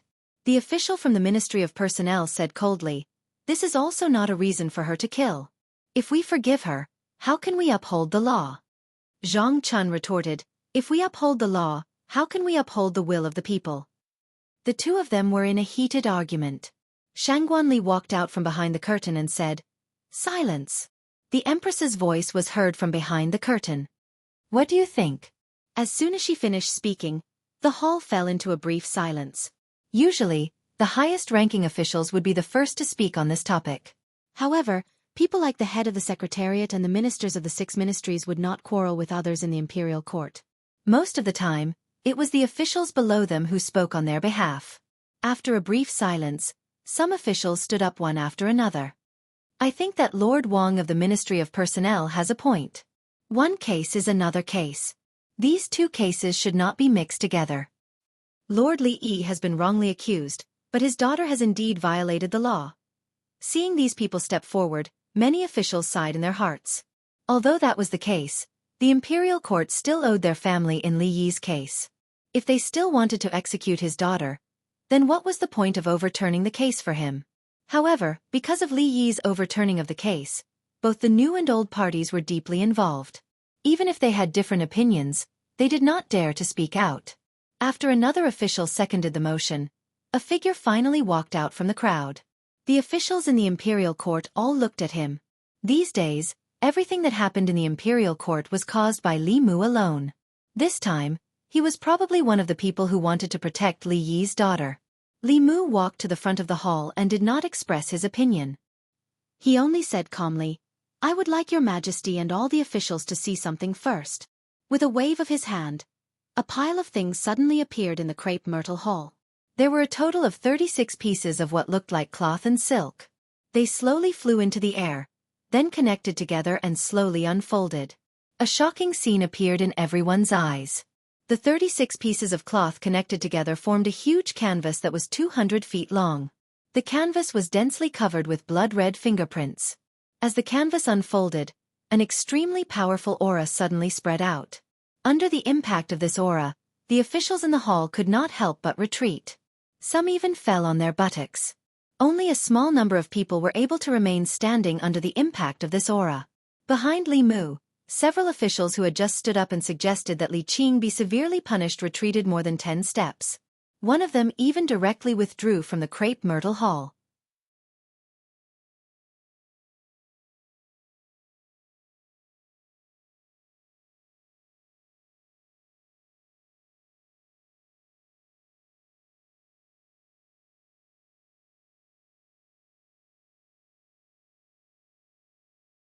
It's the same as Li Yi back then. No wonder his cultivation speed is so fast at such a young age. He actually dares to cultivate this path. Such a fast and domineering way of gathering spiritual energy was not something a normal cultivation path could achieve. Even a spirit-gathering array was far from it. Only telekinesis could have such an effect. The path of telekinesis was the fastest way to improve one's cultivation among all the paths of cultivation. The reason why so few people cultivated it was not because they did not want to, but because it was too difficult. Telekinesis originated from the people. To win the people's trust, one had to stand on the people's side. However, the interests of the people and the interests of the people in power were often contradictory. To stand on the people's side was to stand on the opposite side of the people in power. To walk on this path, one had to dare to do what ordinary people did not dare to do. There had been people who had done this before, but they had all died. After that, very few people walked on this path. If Li Mu did not have the Empress's protection, he would have been like Li Yi back then. His entire family would have been executed countless times. It was also because of the Empress's protection that he could walk to this day, and become a righteous person in the hearts of the people in the divine capital. He relied on the people's telekinesis to quickly break through. The spiritual energy vortex above the Li mansion spun for more than 2 hours. It almost sucked out all the spiritual energy in the divine capital before it slowly dissipated. At the same time, Li Mu, who was sitting cross-legged on the bed, slowly opened his eyes. The divine light in his eyes was restrained. The aura on his body was also extremely obscure. In the past he was a sharp sword. Now he had hidden his edge. Saving Li Qing was something he had to do. It was also in accordance with the people's will. With this, the telekinesis of the people in his body reached its peak. It allowed him to break through to the 5th level in one go. It also allowed him to resolve one of his obsessions. Li Mu walked out of the room. Hyun Jinko stood in the courtyard and smiled. Congratulations, junior brother. Li Mu clasped his hands and bowed to the two of them. Thank you for your help these days, senior brother and senior sister. Hyun Jinko said, there's no need for thanks between fellow disciples. Yu Zhenzi said calmly, the disciples of the Fulu school are not to be bullied. Hyun Jinko continued, junior brother, you just broke through. Your magic power is not stable yet. First stabilize your cultivation. As for other things, it won't be too late to talk about them later. Li Mu said, I'll stabilize it later. I still have something to do. I have to go out for a while. Outside the palace, Li Mu and Li Qing stood side by side as they watched Zhou Zhong walk out of the palace.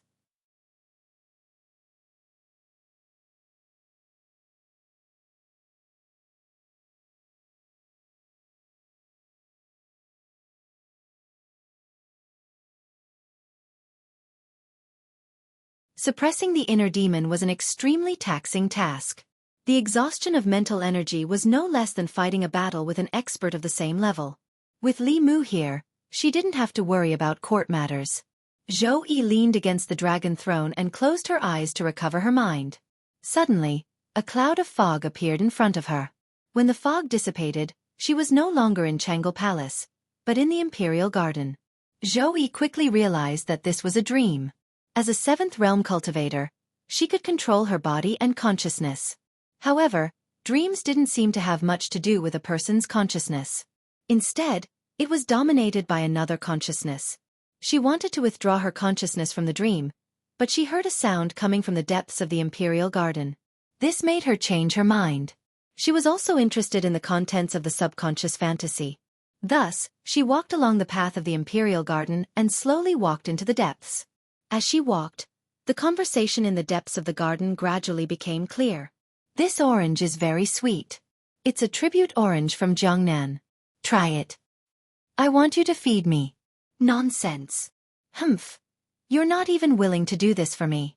You don't love me anymore. Okay. Open your mouth. In the depths of the garden, there seemed to be a couple passionately in love.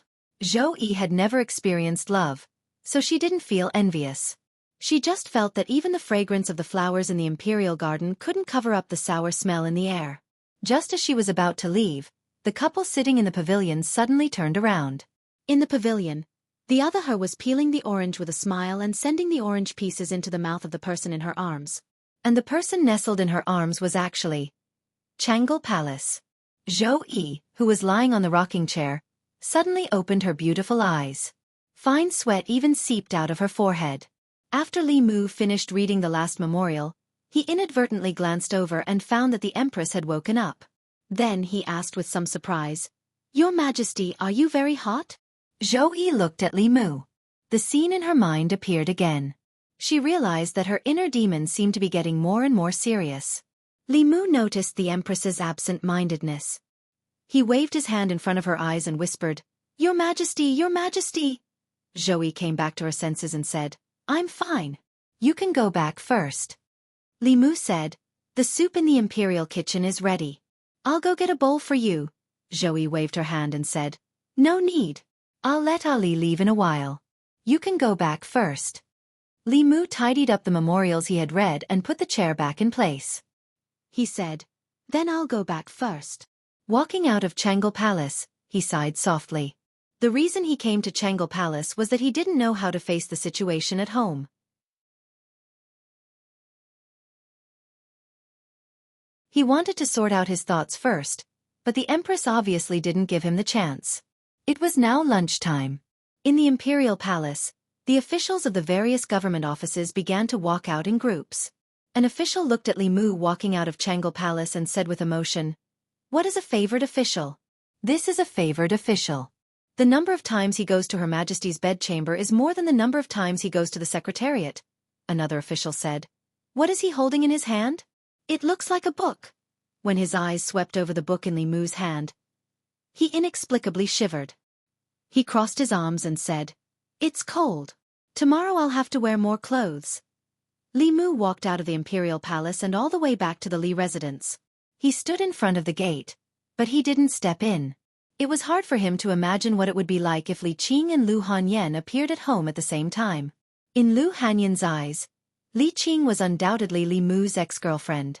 Although they had never confirmed their relationship, Li Mu couldn't deny that Li Qing was indeed his first love. If it wasn't for fate, the person sleeping next to him every night might be someone else. When a wife meets an ex-girlfriend, and the current master of the Li residence meets an ex-master, it would be good if the two didn't fight. It couldn't be a happy and harmonious sisterly relationship, right? The gate of the residence suddenly opened. Xiaobai ran out of the courtyard and asked in confusion, "Benefactor, what are you doing at the gate?" Li Mu rubbed her head, took a deep breath, and stepped into the house. There wasn't the awkward atmosphere he imagined. Li Qing and Lu Hanyan were sitting in the courtyard and talking. They were neither too enthusiastic nor too distant. Li Mu walked into the courtyard and said, "I'm back." No one paid attention to him. Lu Hanyan looked at Li Qing and asked, "Where was Miss Li's previous room?" "I'll ask Wan Wan to help you tidy it up." Li Qing said, "No need, I'll tidy it up myself." Lu Hanyan shook her head and said, "This used to be your home, and it will still be your home in the future. You don't have to be so polite in your own home." What Li Mu was worried about didn't happen. Lu Hanyan, who had always been stingy in relationships, was so magnanimous that he couldn't believe it. At night, when Li Mu was about to go to his room to sleep, the bedroom door slammed shut just as he reached the door. "In the room," Lu Hanyan said gently. "From today onwards, you'll sleep in the study." Her voice was very gentle, but the words she said were as cold as an iceberg. Late at night, on the small bed in the study, Li Mu hugged Xiaobai and stroked her smooth fur. Only then did he feel some warmth in his heart. She was the only one who would stay by his side all this time. In a certain residence in Nanyuan, in a secret room, a soft conversation could be heard. Zhou Zhong has left Chengdu today and has been sent to the border counties. The two consecrators escorting him are our people. This person can't be left alive. He betrayed us and knows too many of our secrets. If he doesn't die, he'll always be a disaster. Don't worry, I've already made arrangements. He won't be able to reach the border counties. In a certain county in Great Zhou, under the night sky, a stream of light streaked across the sky and landed on a mountain. A consecrator looked at Zhou Zhong, who was standing at the bow of the flying boat, and said, "Come down." Zhou Zhong looked at the vast wilderness and asked, "My lords, are we going to sleep here tonight?" The consecrator said, "What? You're a criminal official. Do you want to stay in a high-class inn?" He looked at Zhou Zhong and couldn't help but ask, Lord Zhou, you're a smart person. Why did you do such a stupid thing? Why did you give up your position as the Assistant Minister of the Ministry of Justice? Why did you choose to go to the north to die? The other consecrator said impatiently. Why are you talking nonsense with him? Just do it. We'll enjoy ourselves outside for a while before returning to Chengdu.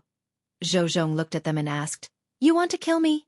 The consecrator said, Lord Zhou, are you so naive as to think that you won't have to die if His Majesty shows mercy? Zhou Zhong said calmly, You're deceiving the Emperor. The consecrator laughed coldly and said, If we kill you, we'll burn you to ashes with the true Samadhi fire. Who would know? Anyway, you criminal officials will all die in the hands of ghosts and demons in the end. Zhou Zhong asked again, You really want to kill me? The consecrator extended his hand. A ball of blazing flame floated in his palm. He walked towards Zhou Zhong and said, In your next life, be a smart person. Zhou Zhong looked at him and said softly, Deceiving the Emperor is a crime punishable by death. Poof! The flame in the consecrator's hand suddenly went out. It wasn't that he cancelled his spell. It was that his spell had no more mana to support it. The moment Zhou Zhong finished speaking, his head and body suddenly separated. The wound was as smooth as a cut. Blood splattered 3 feet high. With the death of his physical body, his nascent spirit left his body. His expression was full of fear. He subconsciously wanted to escape, but in his confusion and fear, he slowly dissipated. In the blink of an eye, a fifth realm cultivator's physical body was destroyed and his soul dispersed. Seeing his comrade die in such a strange way, the other consecrator's face turned pale. He turned around and fled without hesitation. His body streaked across the sky like a stream of light and quickly disappeared into the night sky. On the mountain top, Zhou Zhong said, Come back. The consecrator who fled rolled back and appeared at his previous position. Zhou Zhong looked at him and asked, You haven't finished your work.